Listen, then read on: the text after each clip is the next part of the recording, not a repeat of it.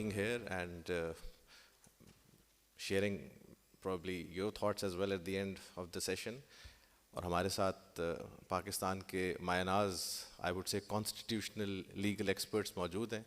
اور اگر کسی آئی وڈ سے ایک جگہ پر اس طرح اکٹھا دیکھا جا سکتا ہے پاکستان کے قانون کو اگر سنوانے کی کوشش کی جائے تو آئی تھنک پرابلی ہمارا آج کا پینل جو ہے اس کو بڑا ایپٹلی ریپرزینٹ کرتا ہے.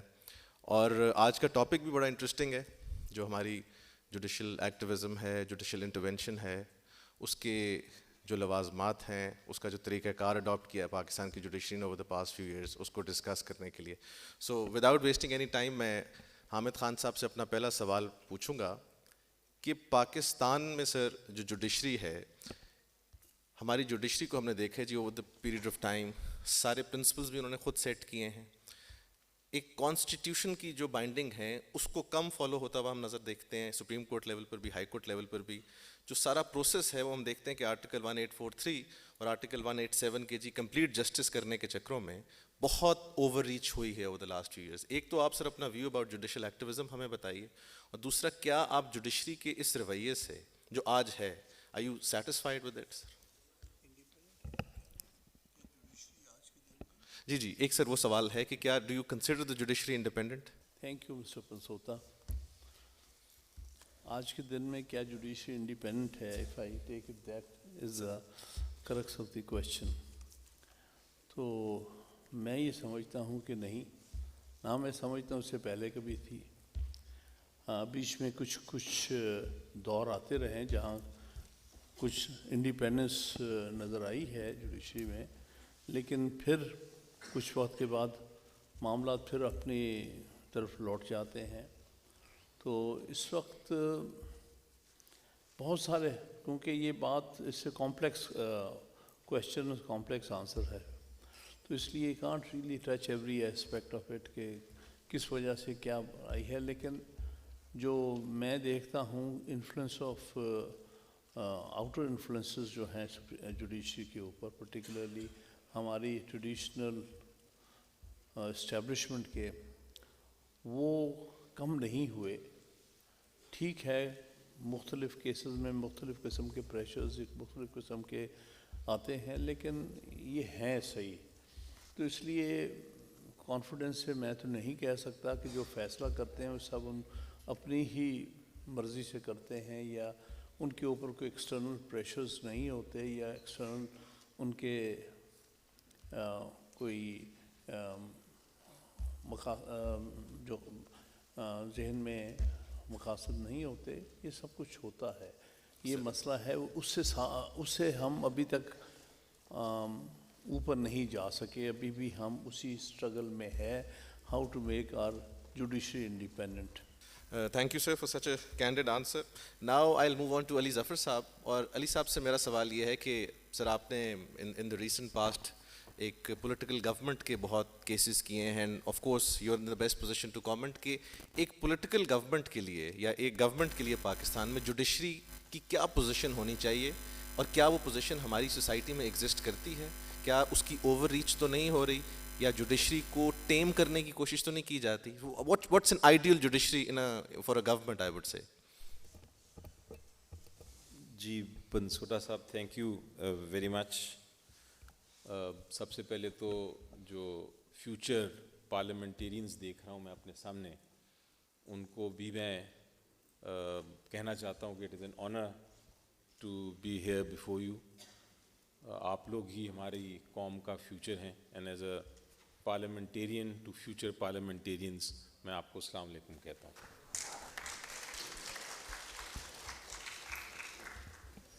میں کچھ سال پہلے پنسوٹا صاحب سر 10-12 سال پہلے امریکہ میں ایک دوست کو ملنے گیا واشنگٹن. سو وہاں اس نے کہا کہ بھئی میرے بچے کی برتھ ڈے پارٹی ہے اسکول میں, تو ایک فنکشن ہے اسکول میں, تو میرے بچے کی چونکہ برتھ ڈے پارٹی ہے, میری بیوی اس کی دوسرے بچے کی برتھ ڈے پارٹی کرنے جا رہی ہے, تو مجھے جانا پڑے گا, تو آپ آ جائیں میرے ساتھ 5 منٹ, اس کے بعد ہم وہاں سے نکل جائیں گے. تو میں اس کے ساتھ اس اسکول میں چلا گیا اس کے بچے کے. جب اسکول میں گیا تو میں نے دیکھا کہ وہ ایک بڈھا سا آدمی ہے, بڑا ریفائنڈ لکنگ, اور وہ کرسیاں اٹھا کے تو لگا رہا ہے. تو جو ہمارا کلچر ہے, میں نے دیکھا کہ ایک ایجڈ بندہ ہے وہ لگا رہا ہے کرسیاں, تو میں اس کے پاس گیا اور جا کے میں نے اسے ریکویسٹ کی کہ sir do you mind if I help you. So he looked at me, said fine. ہم دونوں اب کرسیاں لگانا شروع ہو گئے. تھوڑی دیر بعد مجھے پوچھتا ہے آپ کہاں سے ہو؟ میں نے کہا جی پاکستان سے. کہتا ہے واٹس یور پروفیشن؟ میں نے کہا آئی ایم اے لائر. سو کہتے ہیں وہ we are in the same profession then. So I said کہ you are also practising law here? کہتا ہے نہیں, I am not practising any more. تو میں نے کہا پھر آپ کیا کر رہے ہیں سر؟ کہتا ہے I am the chief justice of the supreme court of U S A. اس نے جب یہ کہا اور میں نے دیکھا کہ وہ کرسیاں لگا رہا ہے, تو خیر اس کا میں بیٹھ گیا. میں نے اسے ایک سوال پوچھا which I still remember. I asked him, I said sir you are the supreme court chief justice and you are doing this, تو can I ask you a question? He said yes. میں نے کہا sir how do you see the role of the supreme court? Exactly the question that you have asked. Do you have any government pressures? Do you have any other pressures? So he said the only pressure we have is public opinion. And remember, he told me, he said, remember as a lawyer, and I'm sure that that is how your Supreme Court also looks at it. Remember that we are trained not to ride the unruly horse of public opinion. میں نے کہا وہ ایسا گھوڑا ہے جس پہ آپ چڑھ جائیں تو آپ کو کہیں بھی لے جائے گا اور انسٹیٹیوشن کو تباہ کر دے گا. He said we are trained to walk the path of rule of law, slow path of rule of law. So unruly horse جو تھا نا پبلک اوپینین کا, انہوں نے کہا, اور مجھے پھر بڑا میں نے سوچا اس کے بعد, and I realized کہ where judiciaries go wrong and where governments go wrong and where political parties go wrong and where the public goes wrong. ایک کانسیپٹ ہے ینگ پارلیمنٹیرینس, ایک کانسیپٹ ہے جوڈیشل ریویو کا. ہر جو سپریم کورٹ ہے, ہر جو higher court ہے کسی بھی ملک میں, اس کے پاس ایک پاور ہوتی ہے جوڈیشل ریویو کی, کہ اگر کوئی غلط فیصلہ ہو یا غلط قانون ہو جو آئین کے خلاف ہو یا فیصلہ قانون کے خلاف ہو, تو اس کو وہ جو جوڈیشل ریویو کی طاقت استعمال کرتے ہوئے اس کو the courts can set aside that order or the courts can declare the law to be unconstitutional. لیکن اس طاقت کے استعمال میں کچھ کانسیپٹس آ گئے ہیں. ایک کانسیپٹ ہے جوڈیشل ریسٹرینٹ کا, جوڈیشل ریسٹرینٹ. ایک کانسیپٹ ہے جوڈیشل ایکٹیویزم کا. ایک کانسیپٹ ہے جوڈیشل ایڈونچرزم کا, جس کو جوڈیشل امپیریلزم بھی کہا جاتا ہے. اب یہ کانسیپٹس کیوں ڈیولپ ہوئے وہ سمجھنے کی ضرورت ہے ہمیں. یہ کانسیپٹس اس لیے ڈیولپ ہوئے کہ جب شروع میں عدالتیں بنی تو پارلیمنٹیرینز کا خیال تھا کہ ہم ایک ایسی انسٹیٹیوشن بنا رہے ہیں جس کے پاس نہ تو طاقت ہے, نہ فریز یہ استعمال کرتے ہیں neither had the power of the sword nor the power of the purse, یعنی پیسے بھی نہیں ہیں, اس کے پاس کوئی طاقت بھی نہیں ہے, تو ایک ویک فارم آف گورنمنٹ ہوگی, لوگوں کی ویک انسٹیٹیوشن ہوگی جو کہ گورنمنٹ کے ساتھ انٹرفیئر نہیں کرے گی. پالیسی میٹرز ہم بنائیں گے, پارلیمنٹیرینز کا یہ خیال تھا, ہم پالیسی میٹرز بنائیں گے, ہم قانون سازی کریں گے, ہم لوگ ہی سوورن ہیں, تو یہ ایک ویک انسٹیٹیوشن ہمیں تنگ نہیں کرے گی. لیکن شروع میں آپ ہسٹری دیکھیں یو ایس سپریم کورٹ کی بھی, پاکستان کی بھی, شروع میں چونکہ پارلیمنٹ نے ہی قانون سازی کے ذریعے, آئین سازی کے ذریعے سپریم کورٹ بنایا تھا, تو سپریم کورٹ نے کہا کہ ہم یہ جو میگا پولیٹیکل ایشوز ہیں, میگا سوشل ایشوز ہیں, یا یہ جو میگا پالیسی ایشوز ہیں, ہم اس میں انٹرفیئر نہیں کریں گے. اس کو کہتے ہیں جوڈیشل ریسٹرینٹ. یہ جوڈیشل ریسٹرینٹ جو تھا یہ ایکسرسائز ہوتا رہا ہماری ہسٹری میں. پھر آنا شروع ہوا جب زیادہ طاقت آئی, کورٹ کی رسپیکٹ زیادہ بڑھی ہر قوم میں, پاکستان میں بھی یہی دیکھا ہم نے. تو ایک کانسیپٹ آیا جوڈیشل ایکٹیویزم کا. یہ جوڈیشل ایکٹیویزم کا جو کانسیپٹ تھا, young parliamentarians, ladies and gentlemen, یہ کانسیپٹ یہ تھا کہ جو قانون ہے یا جو آئین ہے اس کی تشریح اس طرح کی جائے کہ وہ جو سوشل ایشوز ہیں آف دا ٹائم اس کے ساتھ تبدیل ہو اور وہ effective who. It should the relief is to be molded, the law is to be molded to meet the social situation of the time.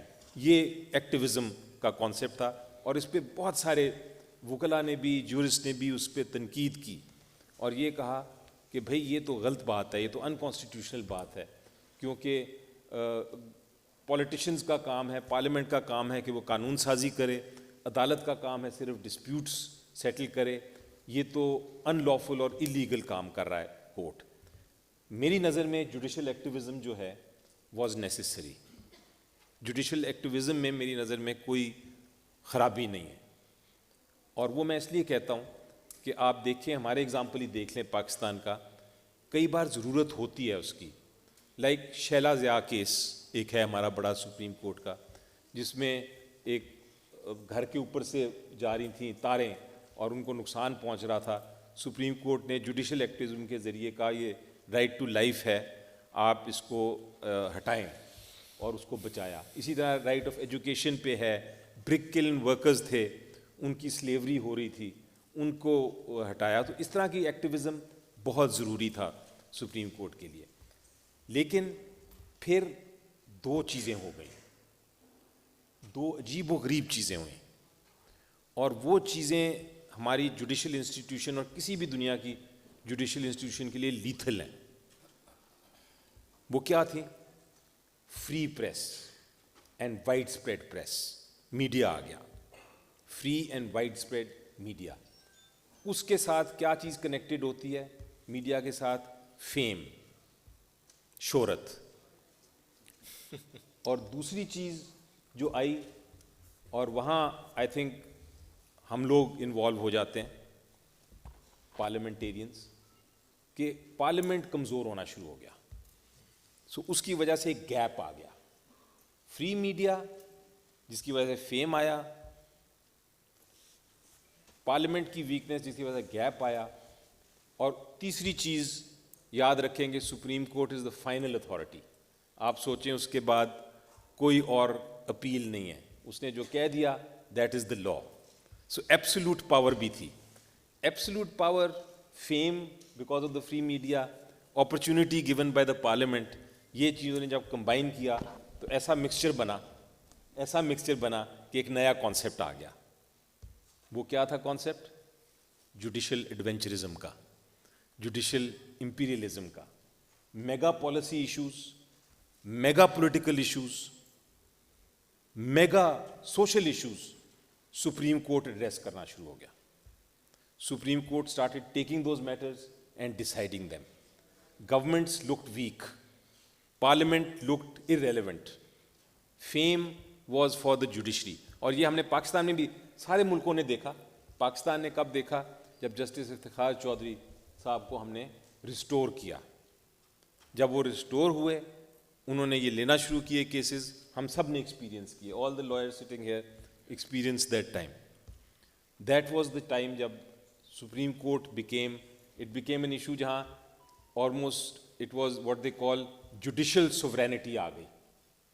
Instead of parliamentary sovereignty, judicial sovereignty کے نیچے ہم جانا شروع ہو گئے. اس کے بعد کچھ چیف جسٹسز آئے, انہوں نے ٹیم کرنے کی کوشش کی, لیکن وہ ڈسکریشنری ہو گیا معاملہ, dependent on the chief justices and the team کہ کس طرف جاتا ہے. بٹ جینی جو تھا was out of the bottle. اس جینی کو واپس کوئی نہیں لا سکا. اس وقت سچویشن یہ ہے, coming to your, after giving you this background, coming to your question, اس وقت سچویشن یہ ہے کہ لوگ میرے پاس آتے ہیں, لٹرلی آپ یقین کریں, لوگ آتے ہیں اور کہتے ہیں کہ جناب ڈالر بہت اوپر جا رہا ہے, سپریم کورٹ میں پٹیشن کریں کہ کسی طرح ڈالر کو کنٹرول کریں. کچھ لوگ آتے ہیں وہ کہتے ہیں کہ امریکہ میں ڈرون اٹیکس کی ہم بات کرتے ہیں, ڈرون اٹیکس کیوں نہیں آپ روکتے سپریم کورٹ کے ذریعے. سو کانسیپٹ یہ آ گیا ہے کہ supreme court is the ultimate arbiter of all political, social and policy matters, اور یہ چیز غلط ہے. کیوں غلط ہے؟ اس کی دو وجہ میں آپ کو بتاتا ہوں کیوں غلط ہے. اس لیے غلط ہے کہ الٹیمیٹلی جوڈیشل انسٹیٹیوشن اس قسم کے کاموں کی وجہ سے تباہ ہو سکتی ہے. It can finish, ladies and gentlemen, it can be obliterated. اور کیوں اوبلیٹریٹ ہو سکتی ہے؟ نمبر ون, انکانسٹیٹیوشنل ہے. ہر ادارے کا رول ہے, ایگزیکٹو اپنا کام کرے, پارلیمنٹ اپنا کام کرے, جوڈیشری اپنا کام کرے. اپنے اپنے رول میں اگر آپ نہیں کریں گے تو آئین کو آپ تباہ کر دیں گے. الٹیمیٹلی اس کا ایفیکٹ جمہوریت پہ اور انسٹیٹیوشن پہ ہوگا. نمبر ٹو, ججز جو ہیں وہ الیکٹڈ نہیں ہوتے, وہ اپوائنٹڈ ہوتے ہیں. ان کا بزنس نہیں ہے پبلک اوپینین کے مطابق چلنا. ان کا بزنس ہے, جس طرح اس چیز سپریم کورٹ کے چیف جسٹس نے مجھے کہا تھا, رول آف لا کی آرام سے واک کرنا. دے کی ناٹ رائڈ دا انرولی ہارس. اور تیسرا سب سے اہم چیز یہ ہے کہ اگر جوڈیشری یا ججز اگر انوالو ہوتے ہیں میگا پولیٹیکل ایشوز میں یا میگا سوشل ایشوز میں, تو پھر وہ ایک ڈرٹی ڈبیٹ میں آ جاتے ہیں, ڈرٹی پولیٹیکل ڈبیٹ. پولیٹیشنز تو وہ ڈبیٹ برداشت کر لیتے ہیں, کیونکہ ہمارے اوپر اگر کوئی گند اٹھاتا ہے یا پھینکتا ہے تو ہم پھر اس کے اوپر پھینکتے ہیں. ججز یہ نہیں کر سکتے. سو ججز کی جب کرٹیسزم شروع ہوتی ہے, ان کے خلاف باتیں ہوتی ہیں, they can't protect themselves and ultimately the respect of the institution goes down. اسی لیے کہا جاتا ہے کہ آپ جوڈیشل ایکٹیویزم تک رہیں, لیکن جوڈیشل ایڈونچرزم, جوڈیشل امپیریلزم کی طرف نہ جائیں. اس کا علاج کیا ہے؟ علاج is one and one only, and that is کہ اینڈ آئی تھنک جسٹس قاضی عیسیٰ صاحب نے بڑا ریسنٹلی, ایک ہیں ہمارے ایمیننٹ سپریم کورٹ کے جج, انہوں نے کہا تھا اس کا علاج ایک ہی ہے. اینڈ مے بی پہلے میں ان سے ایگری نہیں کر رہا تھا, لیکن now after thinking of it for 1 week, میری عادت ہے کہ ہر چیز کو میں سوچتا ہوں, after thinking of it for 1 week میں نے یہ فیصلہ کیا کہ ہی از رائٹ. دا اونلی ویز, اگر کوئی بھی جج کوئی بھی کورٹ کا ججمنٹ کے ذریعے بیونڈ ہز جورسڈکشن جاتا ہے, تو ججمنٹ کے ساتھ ساتھ we now need to criticise that جج آلسو, تاکہ کل کو وہ accountability who. This is my opinion. اگر یہ نہیں ہوگا تو let me also give you a warning کہ ہوگا کیا. There will be 2 courts. Parliament ultimately supreme court کو ڈیوائڈ کر دے گا into a constitutional court and into a supreme court, جو کہ صرف ڈسپیوٹ ریزولوشن کرے گا, عام لوگوں کی, عام شہروں کی اپیل سنے گا ہائی کورٹ کے ذریعے. This judicial restraint within the realm of judicial activism has to come back, and judicial sovereignty is a concept alien to the constitution. Thank you very much sir for laying it so beautifully. And آپ کی بات درست ہے کہ judiciary کے اس قسم کے action سے پرابلمٹک سچویشن ہو سکتی ہے. وہ کس حد تک, I'll come back to you again. صوفی صاحب, آپ سے میرا سوال یہ ہے کہ ہم دیکھتے ہیں کہ آئے روز پاکستان میں آرٹیکل 199 کے تحت ریٹس فائل ہوتی ہیں اور ہر ہائی کورٹ میں ہوتی ہیں. اور جس طرح علی ظفر صاحب نے بات کی, بالکل درست کہا کہ علی صاحب نے تو بہت ڈیسنٹ ایگزامپلس دی. ہم تو ڈیلی دیکھتے ہیں کہ جی ہائی کورٹ میں باتھ روم نہیں ہے, ریٹ فائل ہو رہی ہے, فلانی جگہ یہ نہیں ہے, ریٹ فائل ہو رہی ہے. اور اس سے زیادہ انٹرسٹنگ بات یہ ہے کہ ججز اس کو انٹرٹین بھی کرتے ہیں, انٹرٹین کرنے کے بعد فیصلے کرتے ہیں, اور اگر ڈسمس کریں تو کاسٹ بھی نہیں ڈالتے.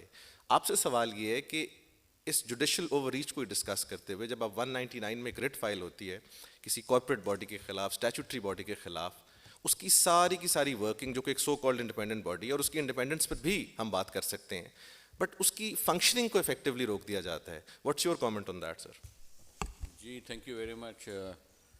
پہلے تو آئی تھنک جو علی صاحب نے باتیں کی, more less I think one would agree with them, because انہوں نے پورا سیاق و سباق سے ایکسپلین کیا نوجوانوں کو.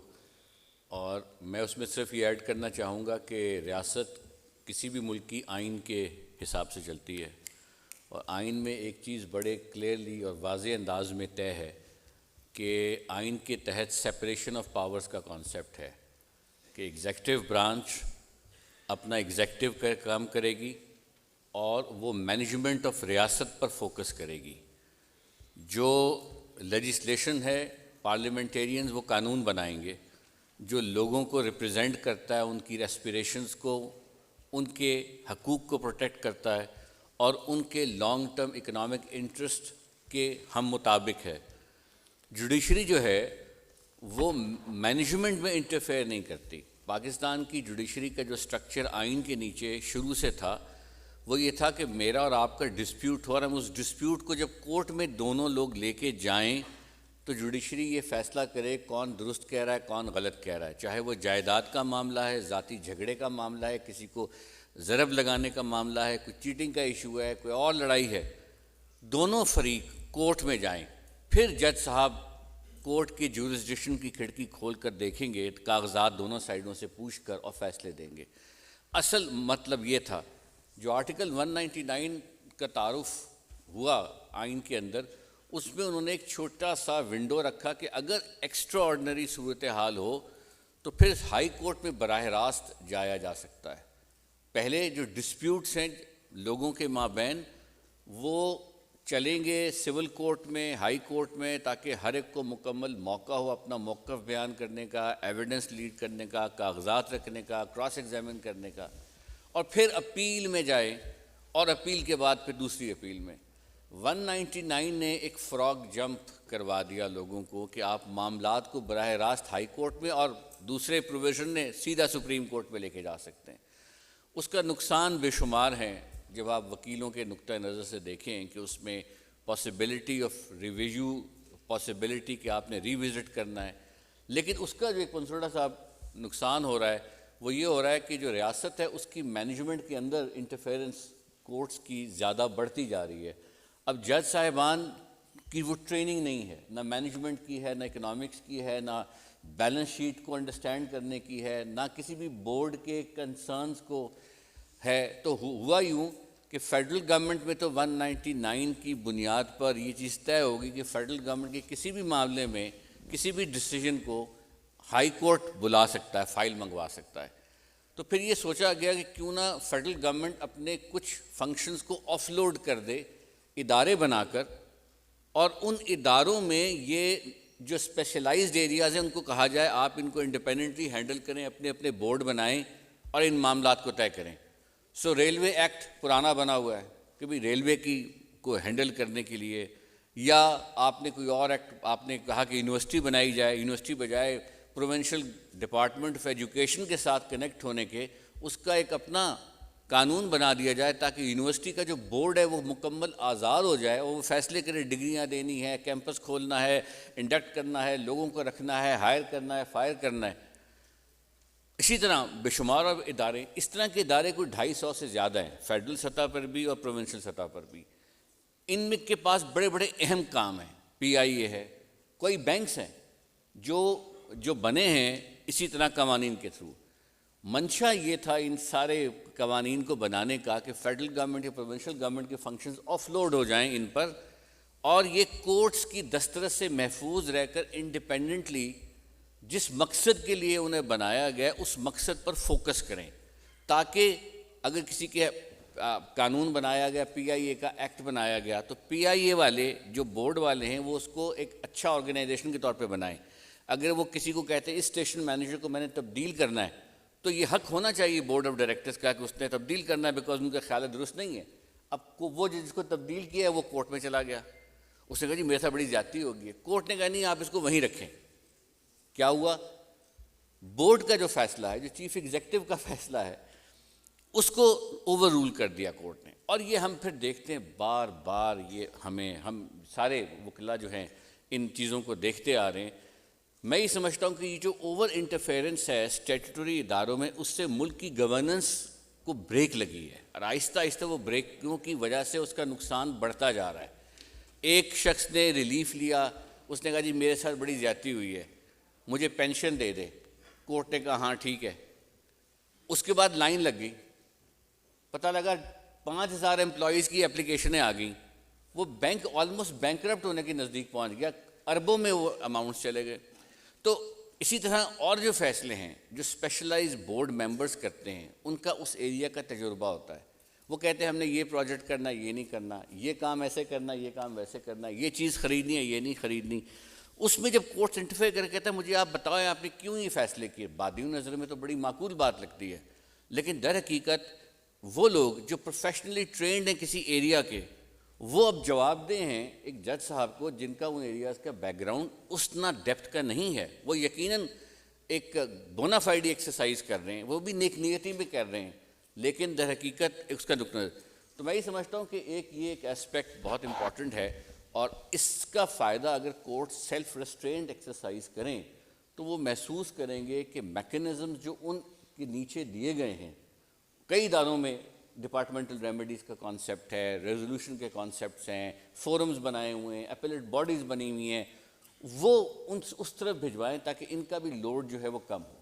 اور اگر یہ نہ ہوگا تو پھر جو جوڈیشل, چاہے اسے آپ ایکٹیویزم کے طور پر ٹریٹ کریں چاہے کوئی, مجھے یہ لگتا ہے کہ ہم اس انٹرفیرنس کی وجہ سے, میرے پاس ذہن میں بے شمار اداروں کے نام ہیں جن کی فنکشننگ رک گئی ہے because of these excessive interference.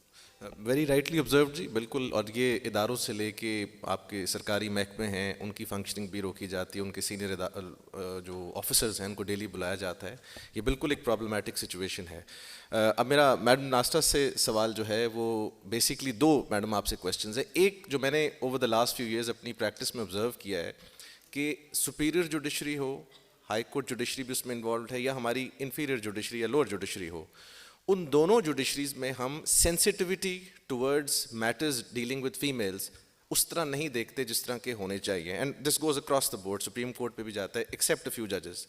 ایک تو میں چاہوں گا کہ آپ یہ بتائیے کہ اس کا بنیادی ریزن کیا ہے کہ وہ ان ایشوز کو اس طرح کیوں ٹیک اپ نہیں کرتے, یا ان کو ایک ہیومن بینگس کی طرح میں کہوں گا کیوں ٹریٹ نہیں کرتے ایٹ ٹائم, جب ہم especially in the context of جو اپنی مرضی سے شادی کی ججمنٹس ہوتی ہیں ان کو پڑھتے ہیں تو ہمارا اس قسم کا ایک رویہ بنتا ہے. دوسرا, جو ہائی کورٹ میں ججز ہیں وہ ایسے میٹرز سنتے ہیں جس پر شاید کبھی اپنی وکالت میں وہ پیش بھی نہیں ہوئے.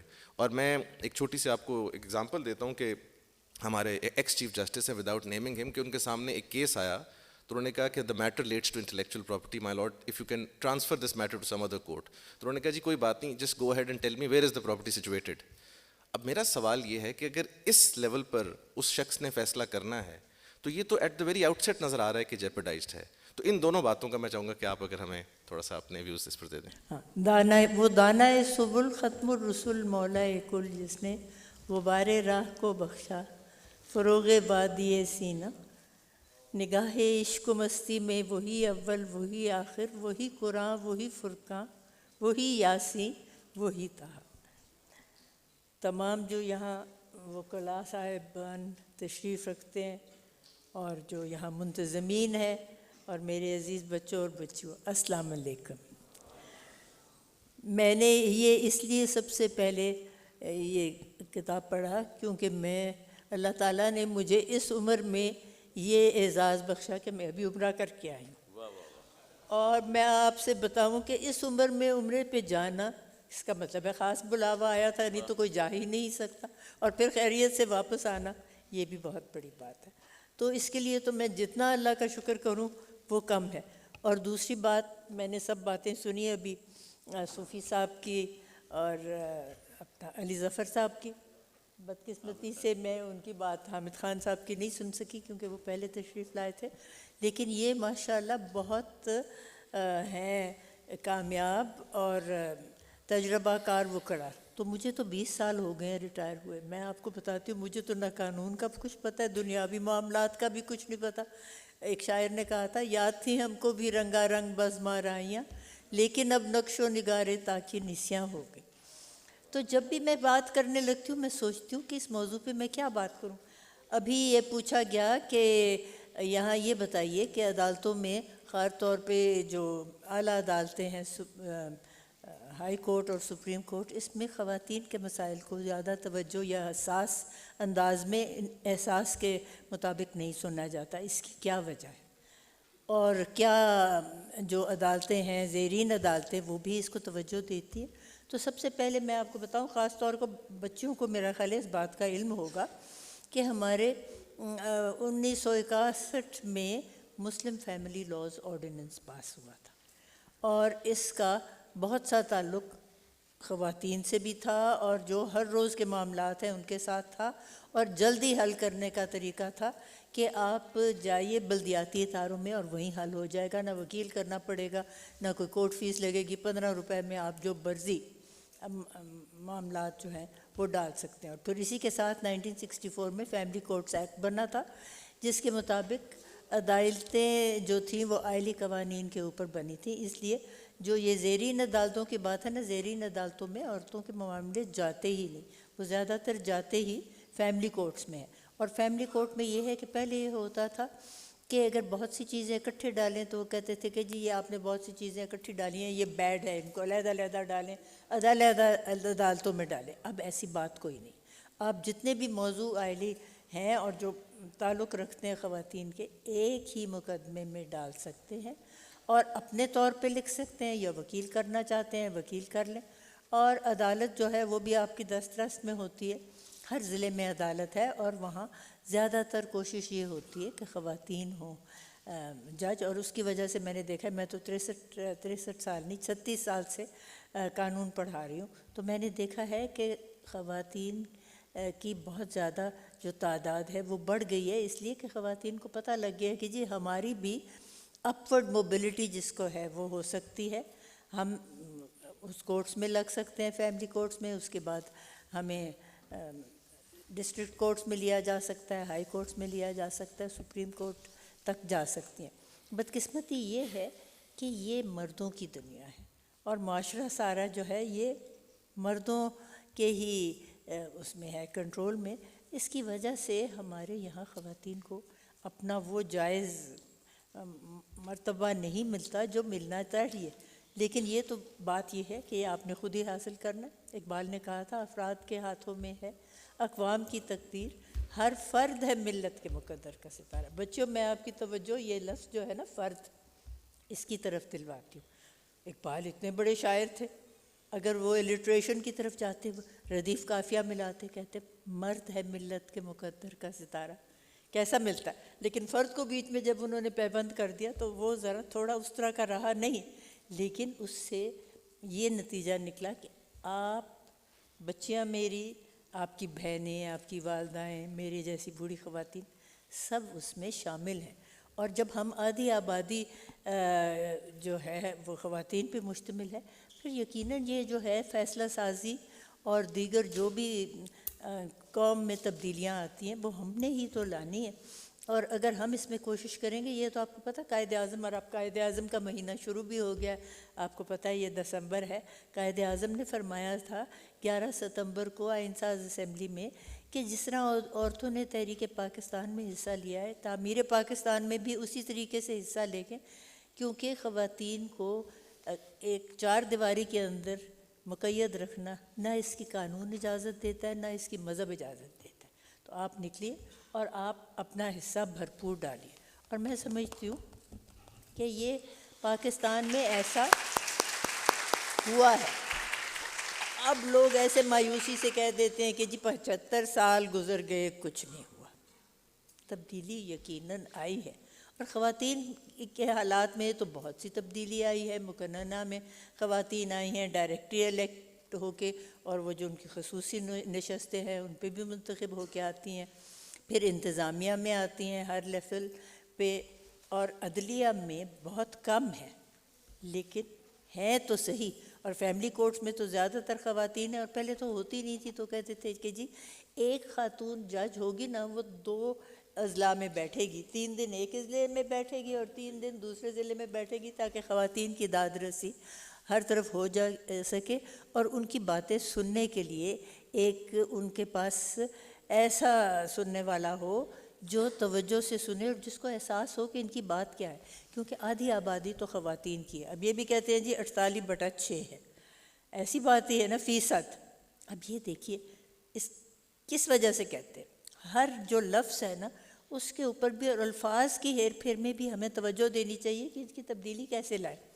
یہاں ہوتی ہے 5 سال کے بعد یا ہونی چاہیے مردم شماری۔ اب یہ مرد کا لفظ ہی تو صرف مردوں کے لیے ہے، اس کو اگر فردم شماری کہیں تو اس میں خواتین بھی گنے جائیں گی۔ اب خواتین گنی جائیں گی تو ان کے کام بھی گنے جائیں گے، تو پھر ظاہر ہے اعداد و شمار میں تمام خواتین جو ہیں ان کا حصہ جو ہے وہ ظاہر ہو جائے گا، لیکن کیونکہ مردوں کی اجارہ جاری ہے، اس تبدیلی کو لانے کے لیے آپ نے اور آپ کی ماؤں بہنوں نے کوشش کرنی ہے. میں تو اب دادیوں پردادیوں کے اس عمر میں آ گئی ہوں، میں اس لیے اس صورتحال میں نہیں ہوں کہ میں کچھ کر سکوں، لیکن آپ اس وقت نوجوانوں نے یہ جو بیونڈ دا یوتھ ہے نا، پہلے تو یوتھ اپنا کردار ادا کرے. اور علامہ اقبال جو ہمارے قومی شاعر تھے اور میں سمجھتی ہوں کہ ایشیا کے سب سے بڑے شاعر تھے، انہوں نے کیا کہا ہے، جوانوں کو پیروں کا استاد کر. اور یہ وی مریدی والے پیر نہیں ہیں، ان کی بات علیحدہ کی ہوئی ہے، یہ پیر بوڑھے میرے جیسے ہیں. جوانوں کو پیروں کا استاد کر، خرد ہوتی ہے عقل کو غلامی سے آزاد کر. تو ایک صورتحال یہ ہے کہ 75 سال تو گزر گئے، لیکن پاکستان میں وہ تعمیر ملت نہیں ہو سکی جو قائد اعظم نے خواتین کے حوالے بھی کی تھی. اور اس کی وجہ یہ ہے کہ مرد چاہتے ہیں کہ جہاں وہ ہے وہاں پہ اپنا سٹیٹس کو قائم رکھیں. اگر عورتیں آ جائیں گی تو پھر وہ کہاں جائیں گے؟ تو اس لیے یہ ہراساں ہونے کا آپ کو پتہ ہے کہ قانون ہے، ہراسمنٹ ایکٹ یہ بنا ہے 2010 میں، اور پھر اس میں اومبڈس پرسن بھی عورت ہے. تو کبھی آپ کو کسی مسئلے میں آپ سوچیں کہ خواتین کی توجہ ہونی چاہیے اور خواتین کو مواقع نہیں فراہم ہو رہے، آپ ضرور جائیے، کیونکہ جب تک ہم خود کوشش نہ کریں، ہمیں کوئی دیکھے ماں نہیں دودھ دیتی جب تک بچہ روئے نا. تو ہم نے اپنے جو ہے تمام اختیارات اور اپنے بنیادی حقوق، اور اب تو بنیادی حقوق آج میرا خیال ہے ہیومن رائٹس ڈے نہیں ہے، 10 تاریخ ابھی آنے کو ہے، لیکن بنیادی حقوق کا بھی مہینہ یہ ہے. اور اس میں ہمیں تو صفحے اول میں آنا چاہیے، کیونکہ قرآن مجید میں جو 75% آیات ہے نا وہ خواتین کے ساتھ متعلق ہے اور خواتین کے بنیادی حقوق کے ساتھ. تو اگر ہمیں اتنا ہمارے مذہب نے خاص طور پہ مرتبہ دیا ہے تو ہمیں یہ بین الاقوامی سطح پہ بھی اس کو سامنے اجاگر کرنے کی ضرورت ہے، کیونکہ یہاں پہ اب یہ بہت بڑا، ہر شخص چاہتا ہے کہ کوئی اس کا کبھی دشمن ہو. اور آپ دیکھیے یورپ وغیرہ میں اس وقت کلیش آف سویلائزیشنز کی وجہ سے انہوں نے، ہنٹنگٹن نے کہا ہے کہ اسلام ہمارا سب سے بڑا دشمن ہے. اب ہمیں اس کو عداوتی طور پہ دیکھنے کی ضرورت نہیں ہے. دنیا ساری تو ہم سب کے ہم آہنگی کے لیے بنی ہوئی ہے. تو اگر دنیا کی ساری خواتین یہ سوچے کہ نہیں ہم نے اکٹھا رہنا ہے، تمام بین الاقوامی اداروں میں بھی خواتین ہوں اور اپنے جو ہیں ڈومیسٹک ادارے اس میں بھی خواتین ہوں، تو یقیناً ہماری جو ہے قومی سلامتی وہ بہتر ہو سکتی ہے.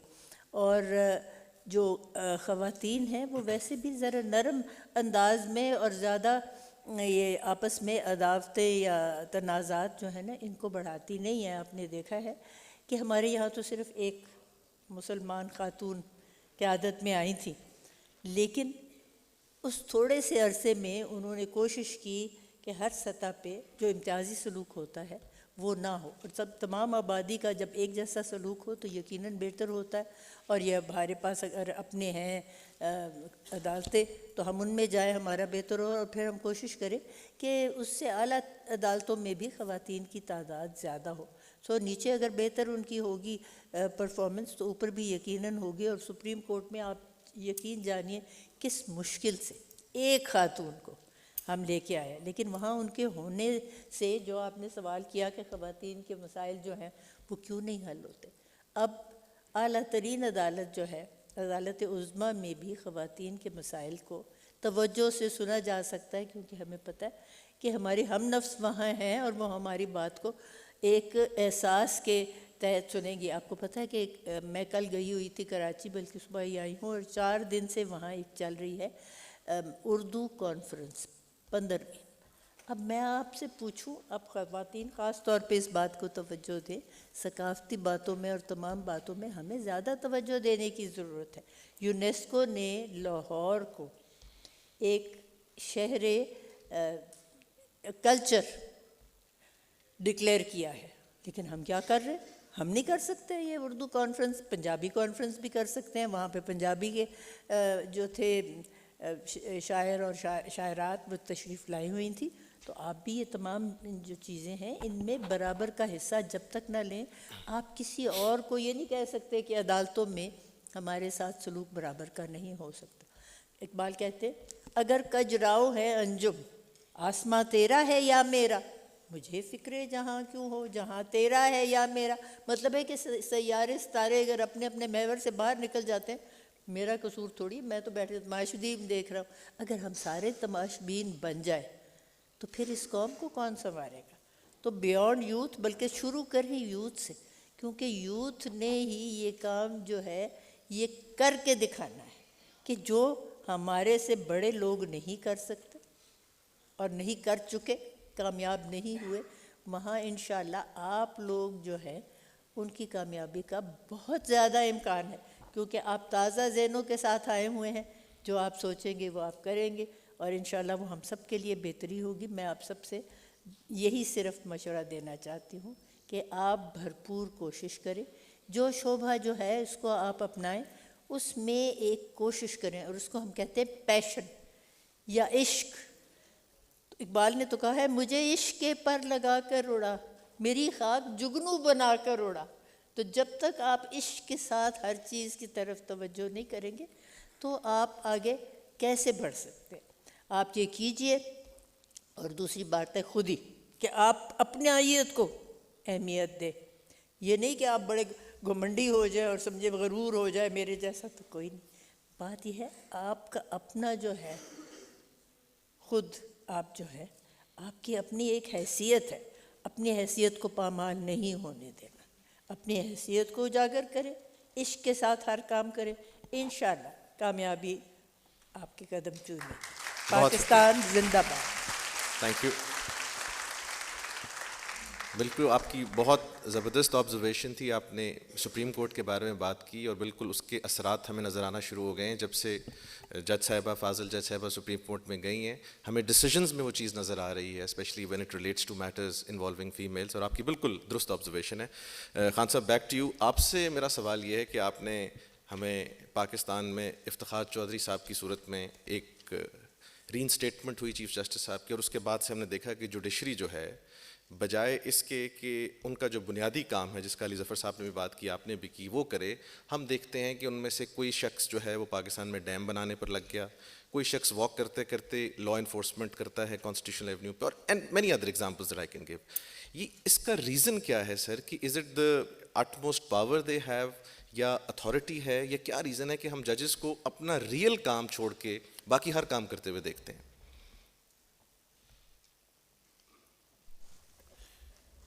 جی بالکل، آپ نے جو سوال پوچھا ہے وہ جوڈیشل ایکٹیویزم کے حوالے سے ہے۔ آپ کو ویزیبل نظر آیا ہے، جیسے علی ظفر نے بھی کہا اور آپ بھی کہہ رہے ہو، کہ یہ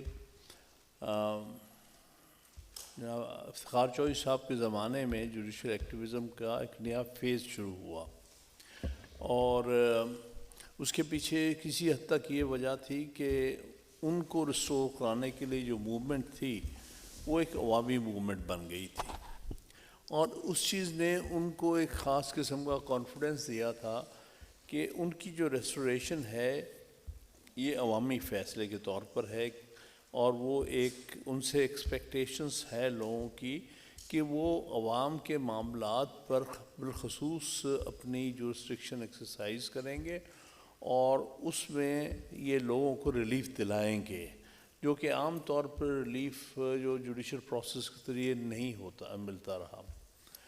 تو یہ ایک ایکسپیکٹیشنز تھی جو ان سے وابستہ تھی لوگوں کی اس وقت، خاص طور پہ 2 سالہ موومنٹ کے دوران یہ بات عوام تک پہنچتی رہی، سارے پاکستان میں یہ موومنٹ چلتی رہی، ہمیں ہر جگہ پاکستان کے حصے میں جانے کا موقع ملا، اور اس حوالے سے یہ بات سامنے آئی کہ قوم کی جو امیدیں تھیں بہت زیادہ بڑھا دی گئیں۔ اس چیز کا ہمیں اس وقت بھی ایک خطرہ محسوس ہوا۔ مثلاً اعتزاز حسن صاحب ہمارے ساتھ اس موومنٹ کے لیڈر تھے، انہوں نے نظم لکھ دی اس کے بارے میں، قوم کے بارے میں، عدلیہ کے بارے میں، اور ریاست ہوگی ماں کے جیسی وغیرہ وغیرہ۔ اب اس سے پیرا بدل گیا، بجائے عدلیہ کے اصل فنکشنز پر فوکس ہونے کے، اس بھی ہمیں محسوس کرتے تھے کہ ہم اتنی توقعات لوگوں کی بڑھا رہے ہیں کہ لوگ یہ بھول گئے ہیں کہ عدلیہ کا ایک خاص مخصوص کام ہے. یہ third pillar of the state ہے، جیسے کہ علی ظفر صاحب نے کہا آپ کو کہ یہ third pillar of the state ہے، not the only pillar of the state. اور اس کی بہت ساری لمیٹیشنس ہیں. ان لمیٹیشنس کو جو ہم سامنے رکھتے ہیں تو بہت سارے معاملات عدلیہ حل نہیں کر سکتی. مثلا پرائز کنٹرول اگر عدلیہ نے شروع کر دیا تو اس کے بس کی بات نہیں ہے، کیونکہ اس میں بہت سارے اور فیکٹرز آ جائیں گے پھر، اور جن کا نہ ان کو علم ہے نہ اس پر پوری طرح ان کی ریسرچ ہے.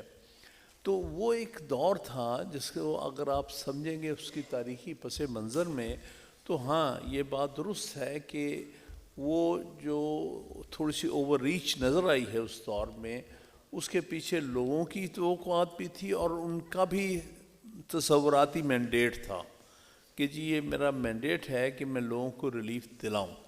اسی لیے ہیومن رائٹس سیل بنایا گیا. وہاں سے بہت ساری کنٹروورسیز ایسی جنریٹ ہوئیں جو غالباً عدلیہ اس کے لیے مناسب نہیں ہے اس کو حل کرنے کے لیے، وہ ہوئی ہیں. کچھ بڑی جینون بھی ہوئی ہیں. مثال کے طور پہ ایک آرگومنٹ ہے جو دی جاتی ہے اس کے بارے میں کہ جہاں کلیکٹیو مسئلہ ہوتا ہے، کلیکٹیو گڈ کا مسئلہ آ جاتا ہے، وہ عام لٹیگیشن اس کو حل نہیں کر سکتی. عام لٹیگیشن اے ورسز بی پر کنسنٹریٹ کرتی ہے، یہ چند مخصوص عوامل پہ کرتی ہے. لیکن کچھ ایسے مسائل ہوتے ہیں جو ملک بھر میں ہوتے ہیں. مثال کے طور پر ایک ایفرٹ ہوئی ہے 2018 میں جب چیف جسٹس جو تھے وہ ثاقب نثار صاحب تھے. اب لیگل ایجوکیشن مسلسل ایک تنزلی کی طرف جا رہی تھی. اس میں بے شمار سپر فلوس بلکہ سپوریس قسم کے لاء کالجز بن گئے تھے. ایک ہماری کاؤنٹ کے مطابق 96 پرائیویٹ لاء کالجز جو تھے ان کے افیلیٹ کر لیا تھے یونیورسٹیز میں. تو نتیجہ یہ ہو رہا تھا کہ اسٹینڈرڈ آف لیگل ایجوکیشن گر رہا تھا. اب یہ قومی مسائل تھا، قومی مسئلہ تھا. اس میں انہوں نے جو تھی اپنی جورسڈکشن وہ کی 184(3) کی اور کہا کہ جی ہاں دیکھیں کہ لیگل ایجوکیشن کا اسٹینڈرڈ ہم کس طرح سے مینٹین کر سکتے ہیں اور اس کے گرتے اسٹینڈرڈ کو کیسے ہم روک سکتے ہیں. اب یہ ایک پبلک ایشو تھا جو میں سمجھتا ہوں آرٹیکل 184(3) کے ایمبٹ میں آتا ہے کہ ہاں جب معاملہ ایسا ہو جو چند افراد پر، یہ چند انسٹیٹیوشنز پر بیس نہ ہو بلکہ ایک ملک بھر میں ایک مشکل اور ایک دشواری نظر آ رہی ہے اس میں، تو اس سلسلے میں انہوں نے چند ایک سفارشات لیں ایک کمیٹی بنا کے، اور پھر ان سفارشات کی بنیاد پر چند گائیڈ لائنز دے دی کہ ان گائیڈ لائنز کے مطابق آئندہ سے ایڈمیشنز ہوں گی، پروفیشن میں انٹری ہوگی، اتنے سال کا کورس ہوگا، یہ اس کا سلیبس ہوگا. کوشش کی کہ ایک مسئلے کا جو کہ قومی مسئلہ ہے اس کو حل کرے. اس کا ایکٹیویزم کا یہ فائدہ ایسے صورت میں یہ ہوتا ہے جو چیز انڈیویجولی ہائی کورٹ شاید نہ ڈیل کر سکیں، لیکن ایک قومی مسئلہ اگر سامنے آتا تو سپریم کورٹ اس کو ڈیل کر سکتی ہے بائی ایکٹیویزم. ہائی کورٹ بھی کر سکتی ہے ان سرٹن سچویشنز جہاں بڑا لارج مسئلہ آ جاتا ہے، جہاں کہ آپ اس کو حل انڈیویجول لٹیگیشن میں نہیں کر سکتے. لیکن یہ لائن جو ڈرا کرنی ہے نا، اصل جو سب سے بڑا مسئلہ نظر آ رہا ہے، اور یہ بات افتخار محمد چودھری صاحب کے دور میں بھی اجاگر ہوئی، اور پھر ایک دفعہ پھر ثاقب نثار صاحب کے آخری سال میں کچھ ضرورت سے زیادہ اجاگر ہو گئی، کیونکہ وہاں پر میں سمجھتا ہوں کہ ایکٹیویزم سے بڑھ کے ایڈونچرزم تک معاملہ چلا گیا تھا کہ یہ لائنز کہاں ڈرا کریں گے، کہاں پر آپ جو ایشو کو جو ہے وہ پبلک ویلفیئر کا ایشو بنائیں گے، کہاں آپ لوگوں کی کلیکٹیو انٹرسٹ کو ایک آرڈر کے ذریعے حل کرنے کی کوشش کریں گے، کہاں آپ انڈیویجول صرف لٹیگیشن کے مطابق چلنے دیں گے. جیسے کہ علی ظفر نے آپ کو صاحب نے بتایا کہ دیکھیں جوڈیشل ریسٹرینٹ کا پرنسپل کہاں ایکسرسائز ہوگا، کہاں جوڈیشل ایکٹیویزم کے ایریا میں ہم جائیں گے. تو یہ دونوں ہی ڈاکٹرنز اپنی اپنی جگہ بڑی اہمیت رکھتے ہیں، کیونکہ بہت سے ایسے معاملات ہیں جہاں پر ریسٹرینٹ شو ہونا چاہیے. کچھ معاملات ایسے ہیں، زیادہ نہیں، کچھ جہاں پر ساری قومی ایک دلچسپی ہے، ایک قومی نیشنل انٹرسٹ سامنے آ رہا ہے، وہاں بعض اوقات ایکٹیویزم کا وہاں پر جواب مہیا کرتا ہے. اور اگر ایکسٹرا ٹائم دے کے سپریم کورٹ ان کو کریکٹ کر سکتی ہے تو کیوں نہ کرے، یہ بھی ہو سکتا ہے. تو اصل مسئلہ آ رہا ہے، اور یہ اس بارے میں سپریم کورٹ اٹ سیلف بڑی کنفیوز رہی ہے ان سارے ادوار میں کہ کہاں پر وہ لائنز ڈرا کرے. یہاں تک یہ جوڈیشل ایکٹیویزم یہاں تک تو ہونا چاہیے، لیکن اس کے بعد جوڈیشل ریسٹرینٹ شو ہونا چاہیے. اس میں ہم نے اس معاملے میں نہیں جانا، کیونکہ ہم نہ کوالیفائڈ ہیں ان معاملات کو طے کرنے کے، نہ ہمارے پاس وہ ساری بیک گراؤنڈ نالج ہے، ریسرچ ہے جس کی بنیاد پر ہم اس معاملے کو حل کر سکے. تو یہ وہ گائیڈ لائنز ہیں. کئی دفعہ یہ بات ہمارے عام طور پر ڈسکشنز میں آتی ہے کہ یہ پیرامیٹرز ڈرا کرنے جوڈیشل ایکٹیویزم کے اور جوڈیشل ریسٹرینٹ کے، یہ بہت ضروری ہے. اس کے بارے میں واضح گائیڈ لائن سپریم کورٹ کو بنانی چاہیے تھے. سپریم کورٹ کانسٹیٹیوشنلی ایک رول میکنگ باڈی ہے جس کو جو رولز فریم کر سکتی ہے، کہ انہوں نے اپنی ایک جورسڈکشن جو آئین نے ان کو مہیا کی ہے، جو کہ اہم جورسڈکشن، میں یہ نہیں کہتا، چند لوگوں کا یہ بھی خیال ہے کہ اوریجنل جورسڈکشن سپریم کورٹ کو ان معاملات میں نہیں ہونی چاہیے. نہیں، یہ ایک اچھی چیز ہے، یہ پازیٹیو چیز ہے.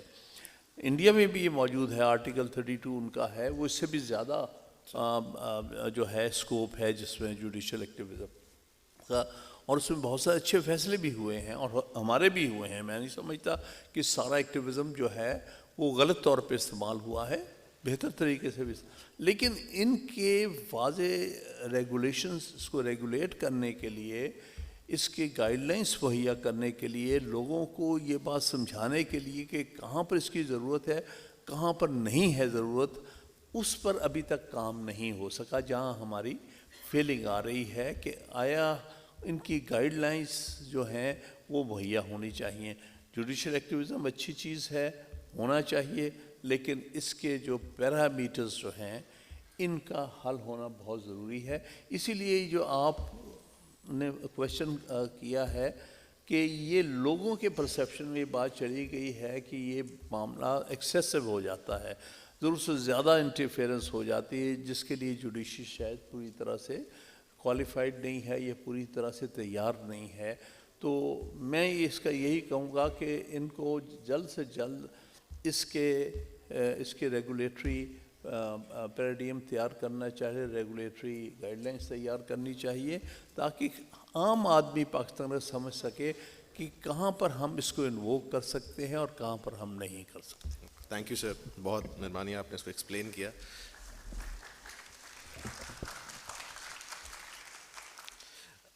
علی صاحب، آپ سے اسی سے ریلیٹڈ میرا کویشچن ہوگا. آرٹیکل 1843 پر ہم دیکھتے ہیں کہ آئین ہمارا کہتا ہے کہ when there is a matter of public importance and there is a violation of a fundamental right، تو سپریم کورٹ اپنی ایکسٹراڈنری جورسڈکشن میں ایک ایکسٹراڈنری میٹر کو ایک ایکسٹراڈنری طریقے سے ڈیسائیڈ کر دے، مطلب جو ہماری ایٹ لیسٹ سمجھ ہے.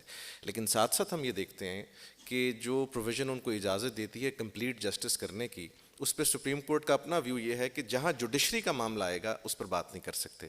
تو اس ججمنٹ سے یا آئین کی اس ریڈنگ سے آپ کو یہ نہیں لگتا کہ عدلیہ یہ نہیں چاہتی یا لیجسلیچر یہ نہیں سمجھتا کہ ٹرسٹ جب جوڈیشری سے ریلیٹڈ میٹر ہو اس پر نہیں کیا جا سکتا، باقی پاکستان کا ہر فیصلہ، چاہے وہ ڈیم ہو، چاہے وہ آلو ٹماٹر کا ریٹ ہو یا اینی تھنگ، اس پر وہ کر سکتے ہیں؟ تو یہ تو انہیرنٹلی فلاڈ نہیں ہے آرٹیکل آپ کی نظر میں؟ جس آرٹیکل کی آپ بات کر رہے ہیں، آرٹیکل 1843 آئین کا، اس کو آج سے اگر آپ 20 یا میں بھی جب آیا تھا پریکٹس میں انیشلی، تو مجھے بھی نہیں پتا تھا کہ اس کو سو موٹو جورسڈکشن بھی کہا جاتا ہے.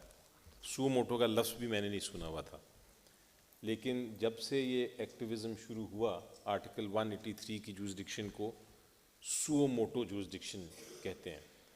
اور یہ ایک واقعہ ہے کہ before I answer your question repeat کر دوں کہ ایک محترمہ آئیں دیہات سے اور وہ چیف جسٹس کے سامنے کھڑی ہو کے پیش ہو گئی. انہوں نے کوئی پٹیشن وغیرہ بھی نہیں فائل کی ہوئی تھی, اور وہ کون تھے چیف جسٹس وہ میں نہیں نام لیتا, لیکن پورا بینچ بنا تھا. وہ اٹھائیں اور آ کے انہوں نے کہا کہ جناب میرا جو خاوند ہے ان کو آپ سزا دیں, انہوں نے مجھے اس چیز کے پیسے نہیں دیے, اس چیز کے پیسے نہیں دیے, اور میری زندگی تباہ کر دی ہے, اور اب ایک ینگر عورت کے ساتھ شادی کرنے لگے, تو آپ ان کو سزا دیں. تو انہوں نے کہا جج صاحب نے کہ دیکھیں محترمہ ہماری آپ آ گئی ہیں, اب محترمہ ہیں آپ کو, ورنہ تو یہ کنٹیمپٹ ہوتی ہے کہ آپ کوئی پٹیشن کے بغیر کھڑی ہو گئی ہیں, لیکن ہماری یہ جورسڈکشن ہی نہیں ہے. آرٹیکل 184(3) کے تحت ہم اس طرح کے فیصلے نہیں کر سکتے. آپ کو اگر کوئی شکایت ہے تو آپ فیملی کورٹ میں جا کے فائل کریں, وہ اپروپریٹ کورٹ ہے. تو اس نے کہا جی آپ کیا بات کر رہے ہیں جج صاحب, آپ وہ اپنا جو موٹا سوا ہے وہ لگائیں نا میرے خاوند کو. تو سو موٹو ایک ایسی جورسڈکشن بن گئی جو کہ ہر ایک کا خیال ہے کہ اس جورسڈکشن کے اندر کوئی چیز بھی آپ کر سکتے ہیں.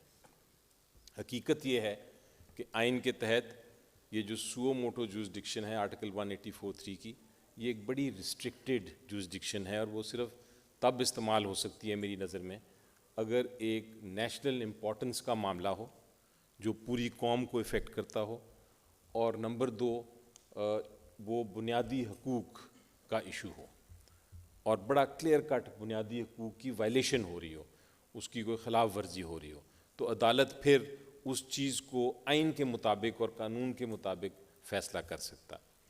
لیکن اس کا یہ مطلب نہیں ہے کہ آپ از خود کوئی بھی ایشو جو سوشل میڈیا پہ چل رہا ہے یا کوئی سوشل ایشو ہے آپ اس کو اٹھا کے آپ کہیں کہ میں اس کو سو موٹو لے کے تو آرٹیکل 184(3) میں استعمال کروں گا. ہوا یہ کہ ایک فنڈامنٹل رائٹ ہے ہمارے آئین میں, اس کو کہتے ہیں right to life, right to life, اور وہ رائٹ ٹو لائف کو استعمال کیا گیا ہے ہماری عدالت کے ذریعے ٹو این ایکسٹینٹ کہ ہر چیز رائٹ ٹو لائف بن جاتی ہے. اگر آپ دیکھیں تو الٹیمیٹلی اگر آپ چاہیں ججمنٹ لکھ رہے ہیں کسی پوائنٹ پہ تو آپ رائٹ ٹو لائف کی جو فنڈامنٹل رائٹ ہے اس کو ہر چیز کو انوالو کر سکتے ہیں رائٹ ٹو لائف میں. ایگزامپل آپ کو دیتا ہوں کہ ایک اپوائنٹمنٹ ہوئی ایک پوسٹ کے اوپر, وہ SCCP ایک آرگنائزیشن ہے جو کمپنیز کو ڈیل کرتی ہے, اس پہ ایک اپوائنٹمنٹ ہوئی. جب اپوائنٹمنٹ ہوئی تو عدالت میں کیس آ گیا کہ جناب یہ اپوائنٹمنٹ غلط ہوئی ہے, اس شخص کو ہٹایا جائے آرٹیکل 184(3) کے تحت. تو جو وکیل تھے بہت سارے ادھر پیش ہوئے, انہوں نے کہا سر یہ تو کوئی فنڈامنٹل رائٹ کا ایشو نہیں ہے, نہ یہ نیشنل امپورٹنس کا ایشو ہے, یہ تو ایک شخص کی اپوائنٹمنٹ کا میٹر ہے, ان کو آپ آرٹیکل 184(3) کے تحت کس طرح ہٹا سکتے ہیں.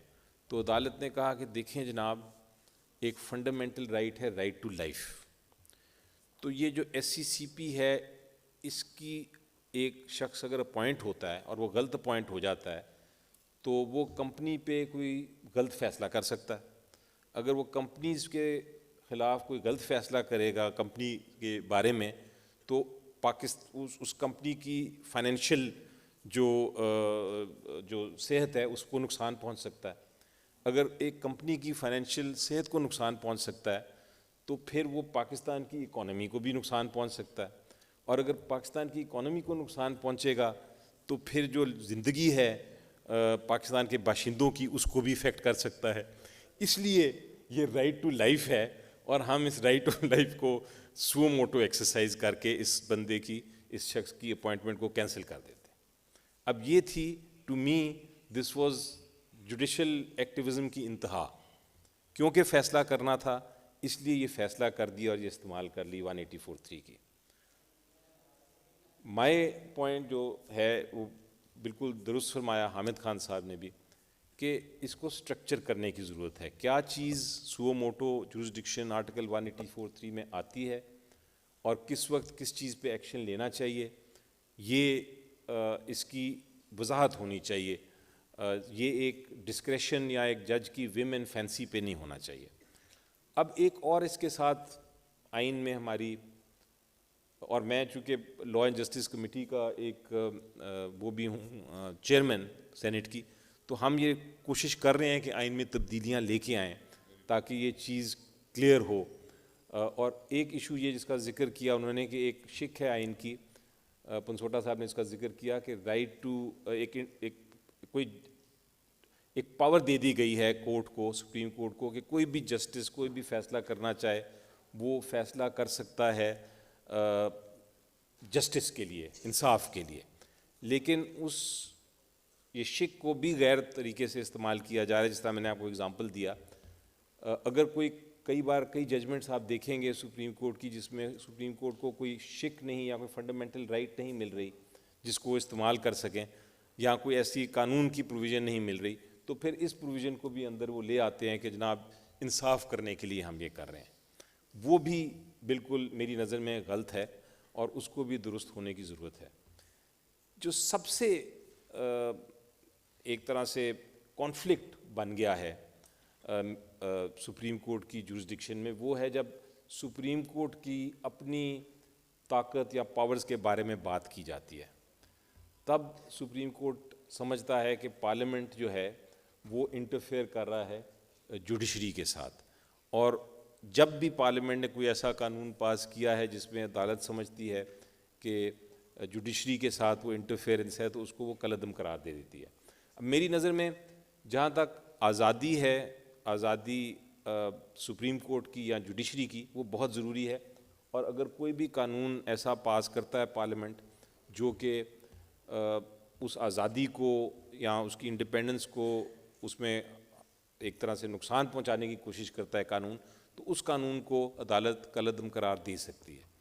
لیکن اگر آئین میں کوئی تبدیلی کی جائے تو میری نظر میں کانسٹیٹیوشن بڑی کلیئر ہے کہ آئین میں تبدیلی کرنا پارلیمنٹ کا کام ہے, اور پارلیمنٹ اگر آئین میں کوئی تبدیلی کرتی ہے یا پروسیجر لے کے آتی ہے تو پھر عدالت جو ہے اس میں انٹرفیئر نہیں کر سکتی.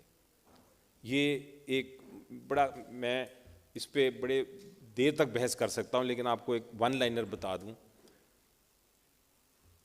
ایک انسٹنس ہوا ہمارے ملک میں بدقسمتی سے, جہاں عدالت نے ایک کانسٹیٹیوشنل پروویژن کو اپسیٹ کر دیا. ہوا یہ کہ ایک پروسیس بنایا گیا اپوائنٹمنٹ ججز کی جب سپریم کورٹ ہوتی ہے. پروسیس یہ بنایا گیا کہ ایک جوڈیشل کمیٹی ہوگی جو ججز اور وکلاء پہ وہ اس کا کانسٹیٹیوشن ہوگی, وہ پہلے فیصلہ کریں گے کہ ہائی کورٹ سے کون سا جج سپریم کورٹ میں لے کے آنا ہے, اور اس کے بعد اس کا فیصلہ ایک پارلیمنٹری کمیٹی کو جاتا ہے آئین کے مطابق, اور پارلیمنٹری کمیٹی بھی اس پہ فیصلہ کر سکتی ہے کہ یہ جو ریکمینڈ کیے ہیں ان میں سے 4 شخص, ایک شخص ٹھیک نہیں ہے, 3 شخص ٹھیک ہیں, اور ایک پروسیس, ایک پولیٹیکل پروسیس بھی انوالو ہو جاتا ہے جو آئین کے مطابق اپوائنٹمنٹ کے لیے. لیکن ایک ایسا کیس آ گیا سپریم کورٹ میں جس میں سپریم کورٹ نے کہا کہ ایک بار ہماری کمیٹی یعنی ججز اور لائرز کی کمیٹی فیصلہ کر دے کہ کس کو اپوائنٹ کرنا ہے, تو پھر پارلیمنٹری کمیٹی کا کسی قسم کا رول نہیں ہے اس فیصلے کو تبدیل کرنے میں. تو انہوں نے ایک تشریح کر کے آئین کی جو پروویژن تھی اس کو ہی ایک طرح سے ختم کر دیا, نلیفائی کر دیا. یہ چیزیں ہیں جو کرٹیسائز ہمیں کرنی چاہیے, ایسی ججمنٹس کرٹیسائز کرنی چاہیے تاکہ جو ڈسکریشن ہے عدالتوں کا بھی کم ہو. یہ نہیں ہو سکتا کہ کورٹس آر ابو دا لا. ایک ہمیں رول آف لا کی جب ہم بات کرتے ہیں تو رول آف لا کا مطلب ہے کہ رول آف لا پارلیمنٹیرینز پہ بھی ہے کہ وہ ایسی قانون سازی نہیں کر سکتے جو آئین کے خلاف ہو, عدالتوں پہ بھی ہے کہ ایسی ججمنٹس نہیں دے سکتے جو کہ آئین اور قانون کے خلاف ہو. اور یہ ایک پروسیس ہے جو آہستہ آہستہ ہم ہوپ فلی امپروو کریں گے. لیکن کچھ شکیں ہیں آئین کی جس کا آپ نے ذکر کیا, جن کو ہم تبدیل کرنے کی سوچ رہے ہیں, اس پہ ڈبیٹ ہو رہی ہے, اور وہ جلد آپ دیکھیں گے کہ وہ آئین میں ایسی چینجز آئیں گے. تھینک یو سر. میں سر صوفی صاحب آپ سے میرا کوشچن یہ کہ آپ کی ماشاء اللہ انٹرنیشنل لاء میں بھی بڑی ایک اسٹینڈنگ ہے. What are the international best practices that can be adapted to sort of make Pakistani judiciary compliant with the best international practices? ایک تو یہ ہے، اور ساتھ ساتھ میں یہ بھی کہوں گا کہ پاکستان کی جوڈیشری میں جو ایک بنیادی اعتراض ایٹ لیسٹ مجھے as a citizen of Pakistan ہے کہ 62-63 پر فیصلہ دینے والا شخص خود 62-63 پر پورا اترتا ہے نہیں اترتا، دیٹس اے سیپریٹ کویسچن. لیکن جب وہ بیٹھ کے یہ کہتا ہے کہ فلاں صادق اور امین نہیں ہے، اور صرف اس بات پر کہہ دیتا ہے کہ ایک لیٹس ایک M&A کے کیس میں کہ اس نے اپنی بیوی کی انہیریٹڈ پراپرٹی ڈکلیئر نہیں کی لہٰذا he goes out of the window, but جب اپنے اوپر کسی جج کے آتا ہے تو وہ کہتے ہیں جی we are not suppose to comply with 62-63، ہمارے لیے تو آرڈنری لاء اپلائی کرتا ہے. تو یہ بہت بڑی اناملی نہیں ہے لاء میں جو کہ ہمیں ریموو کرنی چاہیے؟ جی میں آپ کے دوسرے سوال کو تھوڑا سا ٹچ کرنا چاہوں گا. یہ آپ نے اچھا پوائنٹ ریز کیا کہ جو جج صاحبان ہیں جو ججمنٹس دے رہے ہیں، جو دوسروں کے متعلق فیصلے کر رہے ہیں اور جو دوسروں کی جائیداد اور دوسروں کی معاملات اور بڑے بڑے حقوق کے فیصلے کر رہے ہیں، ان جج صاحبان کی پیریوڈک اسیسمنٹ ہونی چاہیے یا نہیں ہونی چاہیے؟ کیونکہ ہم سنتے آئے ہیں کہ کمپیٹنس لیول تو سب ججز کا تقریباً برابر ہوتا ہے، ٹیمپرامنٹ کوئی بعض اوقات کوئی النس ایسی آ جاتی ہے، کوئی یہ سب چیزیں جب بھی آپ public office of high responsibility hold کرتے ہیں جس میں لوگوں کے حقوق پر آپ کو دسترس ہے کہ آپ کی ججمنٹ، آپ کا فیصلہ، آپ کی رائے اثر انداز ہو سکتی ہے، تو کوئی نہ کوئی میکینزم ہونا چاہیے جس میں آپ ان کو ریویو کر سکیں. کچھ ہائیلی اسپیشلائزڈ ایسے وینیوز ہیں جہاں پر لوگوں کو پیریوڈک ریویو کیا جاتا ہے کہ psychologically are they in a situation کہ یہ کوئی بلڈ پریشر کوئی اور بات، کیونکہ غصے میں فیصلہ کرنا، ریج میں فیصلہ کرنا، بیڈ ٹیمپر میں فیصلہ کرنا، وہ بھی جوڈیشل نارمز کے جو ہمارے اسلامی اقدار ہیں ان کے بھی خلاف اور وہ بھی ہے. تو کچھ گیپس ہیں ابھی اس میکینزم میں. وہ گیپ ایک تو کور ہوا ہے کہ پہلے ایک چیف جسٹس کے کہنے پر لوگ بن جاتے تھے ججز، اب ایک پارلیمنٹری پروسیس انوالو ہوا ہے. چلیے وہ بے حد افیکٹو نہیں ہے لیکن بہرحال اس میں ایک افیکٹونیس، ایک شیئرنگ کہ لوگوں کی رائے آ گئی ہے. تو جو آگے چلیں گے تو چاہے وہ 62-63 کی اپنے آپ پر ایویلویشن تھرو سم میکینزم ہو، انٹرنل میکینزم ہو، چاہے کوئی اور طریقہ ہو جس کے میں نے ذکر کیا. جو دوسری بات آپ نے کہی وہ بڑی امپورٹنٹ ہے، کیونکہ جو سپریم کورٹ ہے وہ بین الاقوامی کمیونٹی سے ویکیوم میں آپریٹ نہیں کرتا. سپریم کورٹ کا کام یہ ہے کہ وہ آئین کا انٹرپریٹیشن کرتا ہے، اور آئین کے نیچے بنائے ہوئے تقریباً 8-9 ہزار فیڈرل قوانین ہیں، 3-4 ہزار پروونشل قوانین ہیں. تو یہ سارے انسٹرومنٹس آف مینجمنٹ آف ریاست ہیں، ان کو وہ سپروائز کرتا ہے. ان میں سے 70% قوانین کا تعلق کسی نہ کسی بین الاقوامی ٹریٹی سے یا انٹرنیشنل کنونشن سے ہوتا ہے. وہ جو ٹریٹیز ہیں ان کی تعداد 2 لاکھ سے زیادہ ہے. کوئی کنونشنز ہیں، ہیومن رائٹس کی کنونشنز ہیں، کوئی کسٹم کی کنونشن، آپ کسٹم ایکٹ بالکل لنکڈ اپ ہے WCO کاؤنسل کے ساتھ، WTO کے ساتھ، باقی معاملات کے ساتھ. آپ نے اگر کوئی بھی فیصلہ دینا ہے، لاہور کی آپ نے بات کی کہ اس کو کلچرل ہیریٹیج بنایا، وہ یونیسکو کی کنونشنز ہیں کہ آپ کوئی آلٹر آپ کی LDA پر وہ لاگو ہوں گے کہ LDA کوئی ایسی ڈیولپمنٹ نہیں کر سکتی جس سے کوئی سائٹ جو ڈکلیئرڈ نوٹیفائڈ سائٹ ہے وہ افیکٹ ہو، and so on so forth. سو یہ کنونشنز تقریباً 2 لاکھ ہیں. تو مجھے یاد ہے ایک عدلیہ میں ہمارے ایک محترم جج صاحب تو ان سے میری بات ہو رہی تھی، تو میں نے کہا کہ سر عدلیہ ریاست میں آزاد ہے، ریاست سے آزاد نہیں ہے. Judiciary is independent in the state but not from the state. The judicial verdicts are viewed as act of state under international law. So اگر ججمنٹ کوئی بھی پاس آپ کرتے ہیں، چاہے وہ کسی پریمیسز کے اوپر ہے، چاہے وہ کسی کنونشن کی انٹرپریٹیشن پر ہے، چاہے وہ ٹیررزم کیس میں ہے، چاہے وہ منی لانڈرنگ کیس میں ہے، کوئی بھی معاملہ ہو، اس کا تعلق ہے بین الاقوامی قوانین کے ساتھ، اور وہ تعلق جو ہے وہ پھر وہ لنک اپ ہوتا ہے. تو اس لیے اب جوڈیشری میں کچھ تھوڑی سی اویئرنیس آئی ہے. جو اب ججز آئے ہیں ان میں میں دیکھ رہا ہوں ان کی ججمنٹس میں انٹرنیشنل کنونشنز کے ریفرنسز اب آنا شروع ہو رہے ہیں. لیکن جس طرح جوڈیشل اکیڈمیز ہیں ان میں ان چیزوں کو اور زیادہ سسٹمیٹک طریقے سے بھی سنتھسائز کرنا چاہیے. Thank you sir. میڈم آپ سے میرا کویشچن ہے اور تھوڑا سا ذرا اس I think it's a bold question I would say کہ پاکستان کے ہر سسٹم میں ہمارا کوئی نظام ہو، سول سروس ہے، بیشتر میں آپ کو اگزامپل سے دیتا ہوں, ہر سال 2 سال 3 سال بعد ایک ٹریننگ کرائی جاتی ہے, اسیسمنٹس ہوتی ہیں, ایگزامز ہوتے ہیں, بہت کچھ ہوتا ہے. لیکن پاکستان کے 2 پروفیشنز, ایک جس سے ہمارا تعلق ہے اور ایک جس کی ہم بات کر رہے ہیں, نہ اس میں کوئی ٹریننگ ہے, نہ کوئی پروسیس ہے, نہ یہ کوئی ایویلیویشن کرائٹیریا ہے کہ جج صاحب کو خدا نخواستہ بلڈ پریشر کے علاوہ بہت سارے امراض ہیں, ان میں مبتلا تو نہیں ہے جس کی وجہ سے اس قسم کے فیصلے کر رہے ہیں. اس کا کوئی ایبسولوٹ میکنزم نہیں ہے. ڈو یو پروپوز کہ there should be regular trainings for both lawyers and ججز؟ بسم اللہ الرحمن الرحیم. یقیناً جس طرح تمام شعبوں میں لوگوں کو سکھانے کی ضرورت ہے, اور جب تک وہ کچھ سیکھتے نہیں ہیں اپنے شعبے کے متعلق تو وہ آگے بڑھ نہیں سکتے, اس طرح میرا خیال ہے قانون میں بھی وکلاء کو بھی اور جو ججز ہیں ان کی ٹریننگ ضرور ہونی چاہیے. اور جوڈیشل اکیڈمیز تو ہیں ہی اسی لیے, اور یہ ان کا اجرا بہت پرانی بات نہیں ہے, حال یا ماضی قریب میں ہی ہوا ہے, اور اس کی وجہ یہ ہے کہ ضرورت محسوس ہوئی ہے کہ جو ججز ہیں ان کو کئی دفعہ قانون کے ساتھ وہ دسترس نہیں ہوتی جو ان کو ہونی چاہیے. اور یہ ایک بات بھی ہے کہ کئی ایسے میں نے دیکھے ہیں وکلاء جو بحث جب کرنے عدالت میں آئے تو بطور وکیل بہت اچھے ہوتے ہیں. جس وقت وہی وکیل جو ہے ان کو آپ منتخب کر کے اور جج بنا دیں, ان میں اس قسم کی وہ خصوصیت یا اہلیت ہوتی ہی نہیں. اور ان کے لیے یقیناً جوڈیشل اکیڈمیز میں سپیریئر کورٹ ججز جو ہیں ان کے لیے کم ہے, لیکن ہونی چاہیے.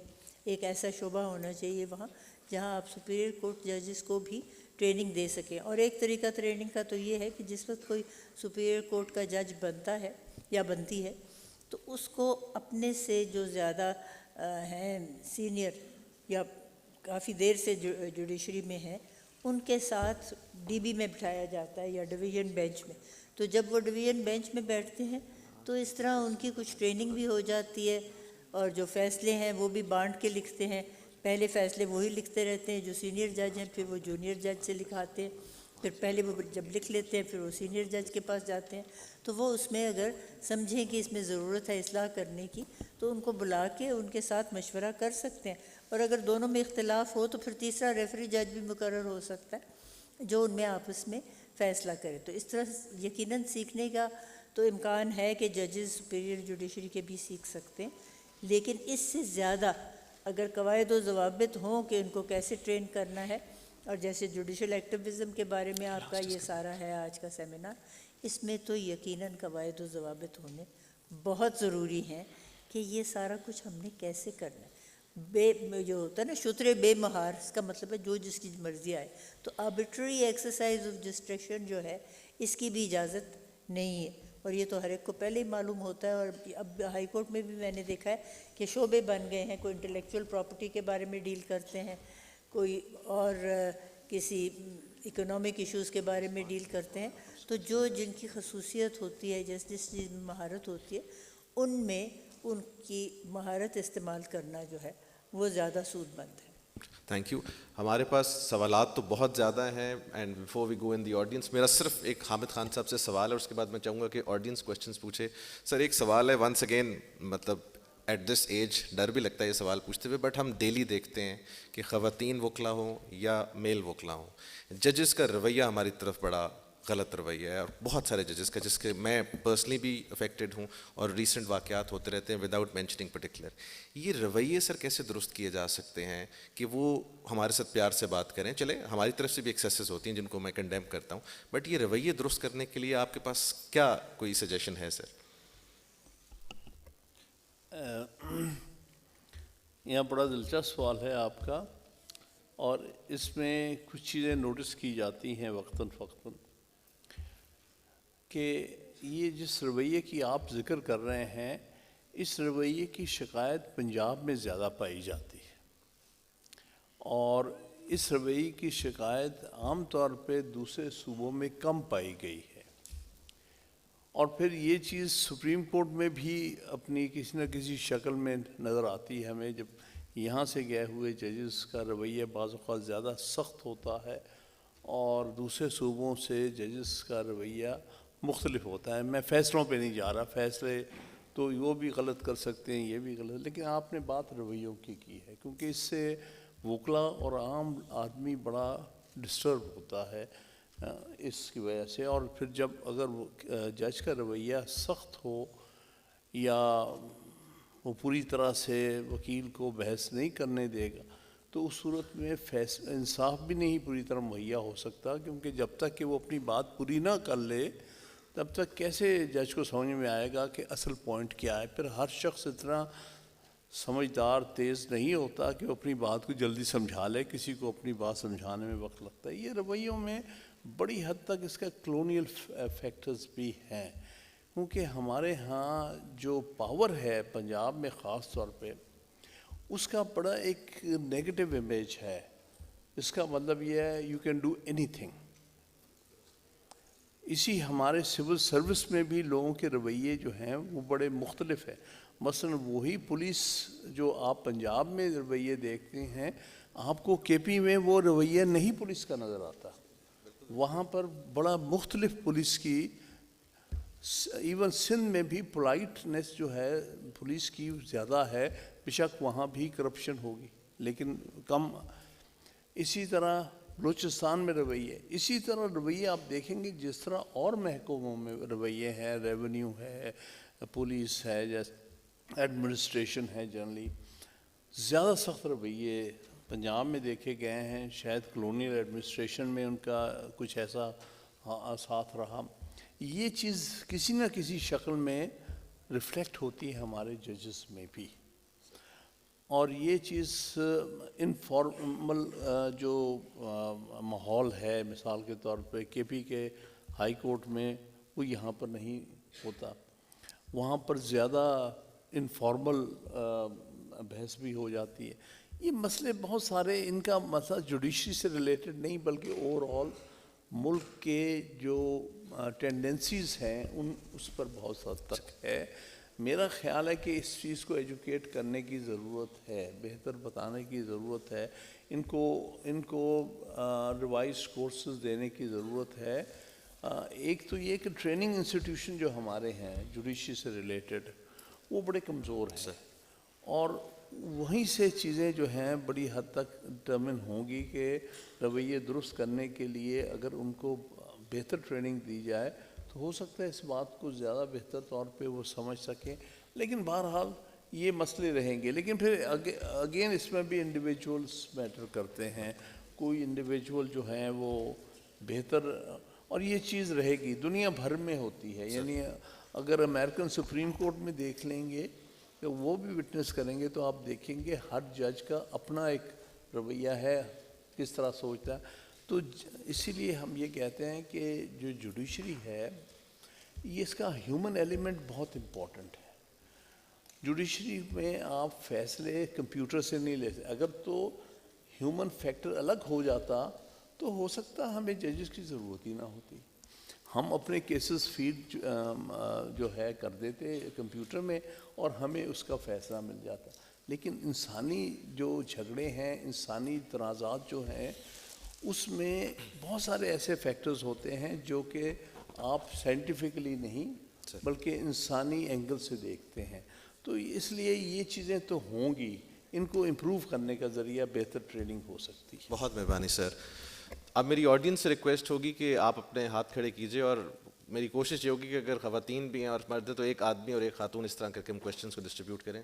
سو آئی تھنک بالکل بیک سے کرتے ہیں. جی آپ کھڑے ہو جائیے. جی independent lawyer and researcher. Sir, first of all, it's an honor to, as a young lawyer, to hear and learn from such brilliant legal minds as yourselves. And sir, my question relates more towards judicial restraint rather than activism. The recent, what can you say, recent political condition of this country has seen the Supreme Court tend towards more of a restraint factor rather than being active in ensuring human rights, human rights enforcement and ensuring that fundamental rights are secured. So, what point do you see where judicial restraint becomes silence or absence, where the Supreme Court or any aspect of the judiciary failing to fulfill its obligation towards public opinion and rather than political preferences? And apart from that, we've also seen in terms of activism, there's been more of a, you can say, selective activism rather than being objective and impartial. So what would you say on that? یہ آپ کا سوال کس کی طرف directed ہے وہ بھی بتا دیجیے Any speaker who is willing to answer. Sir. Anybody can take a go. جی thank you, that's a very interesting question. اور یہ سوال ایک بڑے فیمس جورسٹ ہیں، جج بھی ہیں، and I admire him a lot, lord Denning, England کے جج ہیں. سو یہ ان سے پوچھا گیا سوال، اور ان کو سوال اس طرح فریم کیا گیا کہ your lordship, you talk about judicial restraint which is very good, لیکن what happens if there is a problem which the parliament is not being able to solve, the people are being affected, and you as a judge are faced with the fact, will you still exercise judicial restraint, or will you take some action, will you become active and you will become adventurous? So he said, look, are we working under a constitution which is parliamentary? So the person who was asking the question said yes. So Lord Denning said, if the solution is not with the parliament, change the parliamentarians through the next elections. So the reporter or whoever was asking the question to Lord Denning then asked, but sir, what if the parliament that we choose again does not solve the problem? Then will you step in, or will you still exercise judicial restraint? So he said that if the next parliament also doesn't do it, then let the people burn. It is their problem. I am not elected by the people. I don't go and seek their votes. If the people are so uneducated that they are going to re-elect a parliament that doesn't solve their problem, then let them suffer. The courts cannot fill the void. That was his point of view. My point of view is that in a country like Pakistan, judicial restraint is very good, but judicial activism of the kind that I have talked about is the need of the hour. Judicial adventurism is wrong, unconstitutional. Judicial sovereignty, judicial overreach, all these are wrong, abhorrent concepts. But judicial activism of the kind which is very limited to enforcement of a fundamental right which affects the nation is necessary. Problem یہ ہے, and I'll identify the problem also, that there is a very subtle difference. ہماری public کو، ہماری media کو، even our political parties, even our parliamentarians believe کہ جب بھی کوئی پرابلم ہم سالو نہیں کر سکتے، let it go to the courts and they will solve it. And if the courts don't solve it, we start criticising them, we start saying کہ بھائی you are becoming silent. That is incorrect, and I think that is injustice to the institution of the courts. We must respect a court that wants to act within the four corners of its jurisdiction and solve the problems that politicians need to solve the problems that civil society needs to solve. We can't keep on putting everything in the court and then criticizing it for not moving. ہوتا یہ ہے اگر court move کرے گا تو ایک political divide جو ہے وہ اس کو کرٹیسائز کرے گی کہ آپ کیوں انٹرفیئر کیا. آپ نہیں انٹرفیئر کر رہے تو دین کرٹیسزم کمز کہ you are being silent. So activism کریں for a non-political, non-mega issue, non-social issue, restricted to fundamental right, but جہاں mega political issue آ جاتا ہے, mega social issue آ جاتا ہے, I think judicial restraint should be exercised. Thank you sir. جی madam میں آپ سے ایک سوال کرنا چاہ رہی ہوں. ابھی جینڈر پیرٹی رپورٹ آئی ہے اور 16 days آف ایکٹیویزم بھی چل رہے ہیں. اس جینڈر پیرٹی رپورٹ میں یہ پوائنٹ سب سے زیادہ نمایاں ہے کہ صرف 5% ملزمان کو سزا ہوئی اور 95% بری ہوئے خواتین پر تشدد کے کیسز میں. تو ہم یہ دیکھتے ہیں کہ کورٹ میں کیس تو جاتے ہیں, لیکن جب پولیس سے بھی بات کریں, چونکہ میں یہ ڈپارٹمنٹ کور کرتی ہوں, تو وہ بھی یہ کہتے ہیں کہ جب ہم تو اپنی طرف سے دلائل پیش کرتے ہیں, ہم اپنی طرف سے اچھی مثل بنا کر دیتے ہیں, لیکن کورٹ سے چونکہ ڈیسیژن نہیں آتا اس لیے ملزم بری ہو جاتا ہے, اور پھر جب وہ واپس آتا ہے تو پھر یہ سائیکل دوبارہ ریپیٹ ہونا شروع ہوتا ہے. اور ہم نے یہ بھی دیکھا ہے کہ 60% تک کیسز بڑھے ہیں, حالانکہ لٹریسی ریٹ بھی بڑھا ہے, لیکن ساتھ ساتھ رپورٹ جب لوگ کرتے ہیں تو وہ سارٹ آؤٹ نہیں ہوتے. تو آپ کیا سمجھتی ہیں, کیا لوپ ہول باقی ہے؟ خواتین کے حوالے سے بہت اہم ہے, اور خاص طور پہ آج کل 16 ڈیز آف ایکٹیویزم ہے. بات ساری رویوں کی ہے, جو آپ کہتے ہیں نا کہ پولیس ضرور اپنا اس میں کردار ادا کرتی ہے. کوئی جھگڑا ہو اور خواتین جو ہیں وہ پولیس کے پاس جائیں تو کہتے ہیں یہ آپ کا گھریلو معاملہ ہے, آپ یہاں مت آئیے, جائیے گھر جا کے اس کا فیصلہ کریں. تو یہ ایک صرف رویہ ہے نا, اور رویوں میں تبدیلی تبھی آئے گی جب ہم زیادہ زور سے اپنی بات جو ہے اس کو سنوانے کی کوشش کریں گے. اور اس میں پچھلے دنوں گئی ہوئی تھی پولیس سروس کے ٹریننگ کے لیے. ہماری پولیس سروس کی بہت کم نمائندگی ہے تھانوں میں. تھانوں میں خواتین جاتی ہیں وہ ویسے ہی ڈر جاتی ہیں, بدک جاتی ہیں, جس کو کہتے ہیں, وہ کہتے ہیں جی جاؤ تسی اتھے کی کرنے آئے ہو, یا پھر ان کو کہتے ہیں جی شام کو آئیے گا. اب خاتون کا کیا کام ہے شام کو تھانے میں جانے کا عشاء کی نماز کے بعد؟ تو یہ ساری باتیں جو ہے نا, ان سے ہمیں ظاہر شکوک و شبہات ہوتے ہیں. اگر ہر تھانے میں پولیس کی ایک سے زیادہ خاتون ہے, کیونکہ ایک خاتون اکیلی بھی تھانے میں جو ہے اس کو بھی تو بہت ڈر ہونا پڑتا ہے, نہیں تو اس کی بھی حفاظت کے لیے محافظ کون ہے.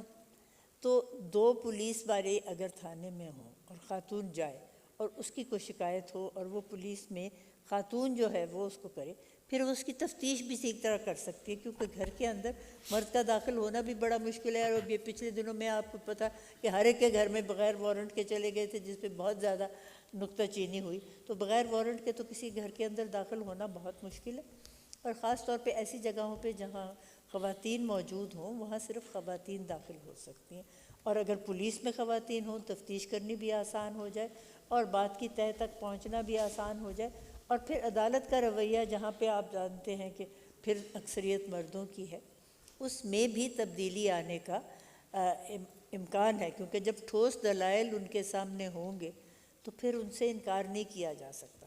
تو یہ ساری باتیں پہلے اگر ہم ان کو حل کر لیں, اور پولیس کی طرف میں سمجھتی ہوں سب سے زیادہ ہمیں اس وقت توجہ دینے کی ضرورت ہے. اور بلکہ پولیس اکیڈمیز میں بہت کم خواتین جاتی ہیں. پتہ نہیں کیا وجہ ہے کہ خواتین کا رجحان پولیس کی طرف ہے ہی نہیں, حالانکہ میں سمجھتی ہوں ہمارے لیے یہ بہت ضروری ہے, اور اگر پولیس میں خواتین آئیں گی تو ہمارے لیے ہر صورت میں بہتری ہوگی. تھینک یو ویری مچ جی. لاسٹ کویسچن اینڈ مطلب چلیں ایک خاتون سے ایک سوال اور لے لیتے ہیں. جی آپ سے بھی لے لیتے ہیں. السلام علیکم, میرا نام رحمانہ ذوق ہے اور میں انٹرنیشنل ریلیشنز کی اسٹوڈنٹ ہوں. میرا سوال سر حامد خان سے ہے. جیسے شروع میں آپ نے کہا کہ ہماری جوڈیشری انڈیپینڈنٹ نہیں ہے پاکستان میں, اور اس میں کافی زیادہ انفلوئنس ہے, اور اس میں اسپیشلی آپ نے اسٹیبلشمنٹ کے انفلوئنس کی بات کی. تو میرا یہ سوال ہے کہ یہ کس طرح ہم کیا پالیسیز بنا سکتے ہیں کہ ہماری جو جوڈیشری ہے اس کو ٹوٹلی انڈیپینڈنٹ کر دیا جائے, وہ کسی بھی قسم کے انفلوئنس سے آزاد ہو, اور اسپیشلی اس میں اسٹیبلشمنٹ کے انفلوئنس کو کیسے ختم کر سکتے ہیں. میں ایکچولی 2-3 سوال اکٹھے ڈائریکٹ کرتے تو تاکہ دین وی کنکلوڈ اٹ. جی آپ بھی بتائیے اپنا سوال. جی بتائیے.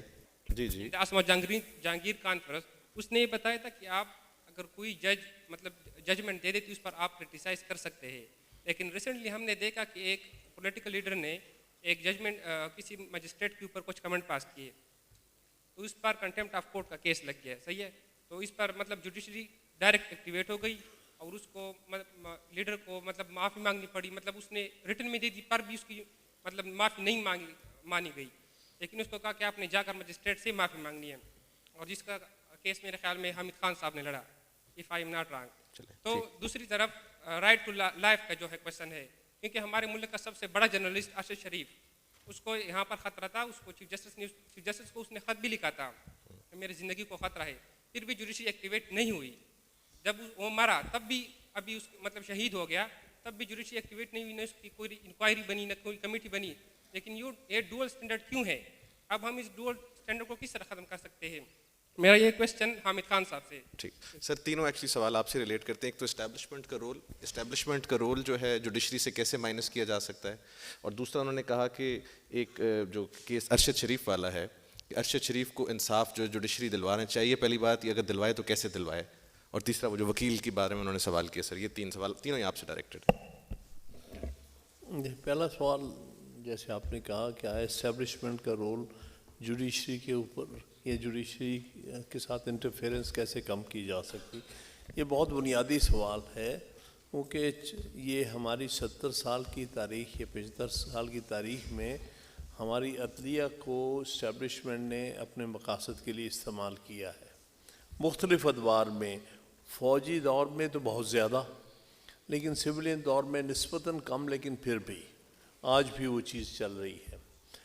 ایک جو اس میں اسپیکٹ ہے، جو سب سے بڑا اسپیکٹ ہے جو اسٹیبلشمنٹ کی انٹرفیئرنس اور کا ہے، وہ یہ ہے کہ اپائنٹمنٹ پروسیس میں کسی حد تک اسٹیبلشمنٹ کی بہت انٹرفیئرنس رہی، ان کو بناؤ ان کو نہ بناؤ، اس کے بارے میں گو بظاہر ان کا آن دی فیس آف اٹ پہلے زیادہ رول تھا 2010 سے پہلے، کیونکہ 2010 میں تو صدر ہی اپوائنٹ کرتا تھا پرائم منسٹر کے کہنے پر، صرف اس میں ججز کی یہ بات تھی کہ چیف جسٹس جو ہائی کورٹ کا ہے اور سپریم کورٹ کا ہے ان کی کنسلٹیشن کی حد تک تھا، لیکن آخر کار فیصلہ جو کرنا ہوتا تھا وہ صدر اور وزیر اعظم نے کرنا ہوتا تھا، تو وہ ڈفر بھی کر سکتے تھے۔ ٹھیک ہے، کچھ 1996 میں کوشش کی گئی کہ ججز کی اس میں پارٹیسپیشن بڑھائی جائے اور یہ، لیکن وہ بات اپنی جگہ سے ہٹی نہیں، وہ اپنی جگہ قائم ہے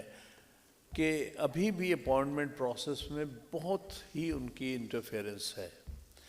آج بھی جب ہم کہتے ہیں کیوں سینیورٹی کا کویشچن بڑا امپورٹنٹ ہوا سپریم کورٹ میں ججز بھیجنے میں، اس لیے کہ بیہائنڈ دی سین اس میں وہ فورسز کام کر رہی ہیں جو کہتی ہیں فلاں شخص کو 5ویں نمبر سے اٹھا کے جج سپریم کورٹ میں لے جاؤ، 8ویں نمبر سے اٹھا کے لے جاؤ، اور ہماری سپریم کورٹ ابھی بھی ہماری کہنے کو تو ہمارا جوڈیشل کمیشن ہے جس میں ججز کی بڑی تعداد ہے، لیکن ابھی بھی ان کے اثرات سے، ان کے انفلوئنس سے باہر نہیں ہیں، اور آج بھی اپائنٹمنٹس میں بہت بڑا رول ان کا ہے اور کنٹینیو ہوتا نظر آ رہا ہے۔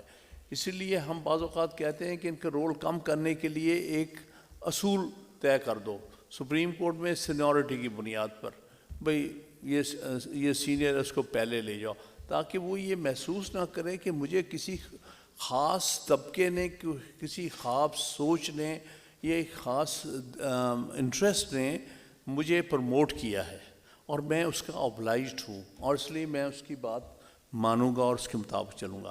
جب ہم کہتے ہیں سینیورٹی کے مطابق اپائنٹمنٹ کیے جاؤ تو وہ سمجھے گا کہ یہ تو میرا اپنا حق تھا، میں چیف جسٹس تھا اپنی ہائی کورٹ کا، اس ہائی کورٹ سے جج لینا تھا تو میرا ہی پہلا نمبر تھا، میں چلا گیا، اس لیے میں کسی کا مرہون منت نہیں ہوں، نہ مجھے کوئی پرو اسٹیبلشمنٹ فیصلے کرنے پڑیں گے کہ اسٹیبلشمنٹ نے مجھے اپوائنٹ کرنے کے لیے ایک رول پلے کیا۔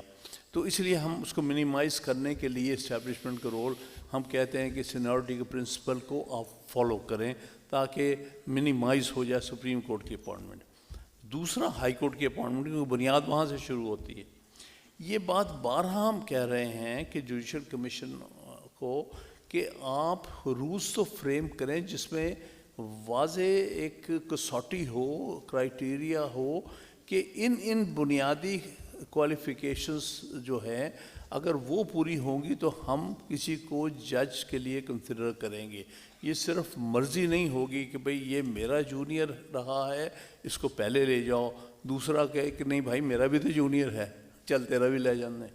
یہ چیز جو ہم دیکھ رہے ہیں بڑی خاصی تکلیف دہ ایلیمنٹ ہے، جس کے نتیجے میں رشتہ دار پروموٹ ہو رہے ہیں، جس کے نتیجے میں یہ اسٹیبلشمنٹ اس میں کہتے ہیں 4 آپ اپنے لگوا رہے ہو، 4 میں ہمارے بھی لگواؤ۔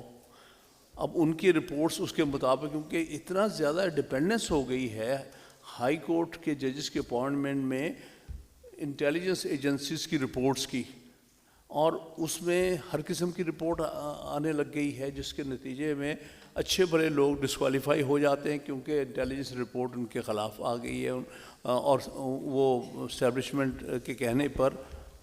تو یہ کچھ ایسے بنیادی مسئلے ہیں جس کے اوپر زور کی ضرورت ہے. یعنی ہائی کورٹ میں اپائنٹمنٹس کی آپ طریقہ کار بڑا واضح طور پر آبجیکٹیو رکھ لیں تو ہو سکتا ہے یہ اسٹیبلش انٹرفیئرنس کم ہو جائے. سپریم کورٹ میں آپ صرف سینیورٹی کا پرنسپل فالو کریں تو یہ منیمائز ہو سکتی, ٹوٹلی ایلیمنیٹ شاید نہ ہو لیکن منیمائز ہو جائے. بس سر کوئک کامنٹ جو انہوں نے ارشد شریف صاحب کے کیس کا پوچھا کہ ان کو انصاف سپریم کورٹ دے گی یا نہیں دے گی, یا دے سکتی بھی ہے کہ نہیں دے سکتی. دیکھیے یہ تو ڈپینڈ کرے گا کہ معاملہ ان کے سامنے لے جایا جاتا ہے کہ نہیں لے جایا جانا چاہیے, کیونکہ بات بالکل علی ظفر صاحب کی درست ہے کہ یہ آرٹیکل 184(3) کی استعمال بہت زیادہ نہیں ہونا چاہیے کیونکہ اس کے پیرامیٹرز نہیں ہیں. اس کو ہیومن رائٹس کے حوالے سے اور فنڈامنٹل رائٹس کے حوالے سے کرنا چاہیے. لیکن یہاں پر جو مسٹیریس قسم کے سرکمسٹانسز سامنے منظر عام پہ آئے ہیں, ایک شخص کا ایک جگہ سے پہلے پاکستان باہر جانا, پھر ایک جگہ سے دوسری جگہ جانا, اور پھر عجیب مسٹیریس سرکمسٹانسز میں اس کی ڈیتھ ہونا, تو یہاں واقع ہی پاکستان کے فنڈامنٹل رائٹس کا ایک پاکستانی شہری کا مسئلہ ہے جس میں آرٹیکل 184(3) کی انٹرفیئرنس ہو سکتی ہے. نارملی شاید نہ ان معاملات میں ہوں کہ ایک شخص کا مرڈر کسی اور ملک میں ہوا ہے تو آیا وہ سپریم کورٹ کو اپنے سو موٹو میں لینا چاہیے کہ نہیں. لیکن یہاں پر جس حد تک اس کو ہائی لائٹ ہو گیا ہے یہ معاملہ, میں سمجھتا ہوں کہ اس میں اگر یہ سو موٹو ایکسرسائز کی جائے تو یہاں پر مناسب ہوگا. Thank you very much, and I am extremely thankful to all of you for participating. A round of applause for them, ji. اور میں یہ بھی بتاتا جاؤں کہ ان میں سے کسی بھی وکلا جتنے ہمارے پاس بیٹھے ہیں ملنے کے لیے ایک مہینے کا ٹائم, اور جب وہ ٹائم آتا ہے تو بڑا مہنگا ٹائم ہے. تو they been very very I would say magnanimous کہ انہوں نے ہمارے ساتھ بیٹھ کے بات کیے. I like to thank you all sir. It was a wonderful experience talking to you. Thank you very much.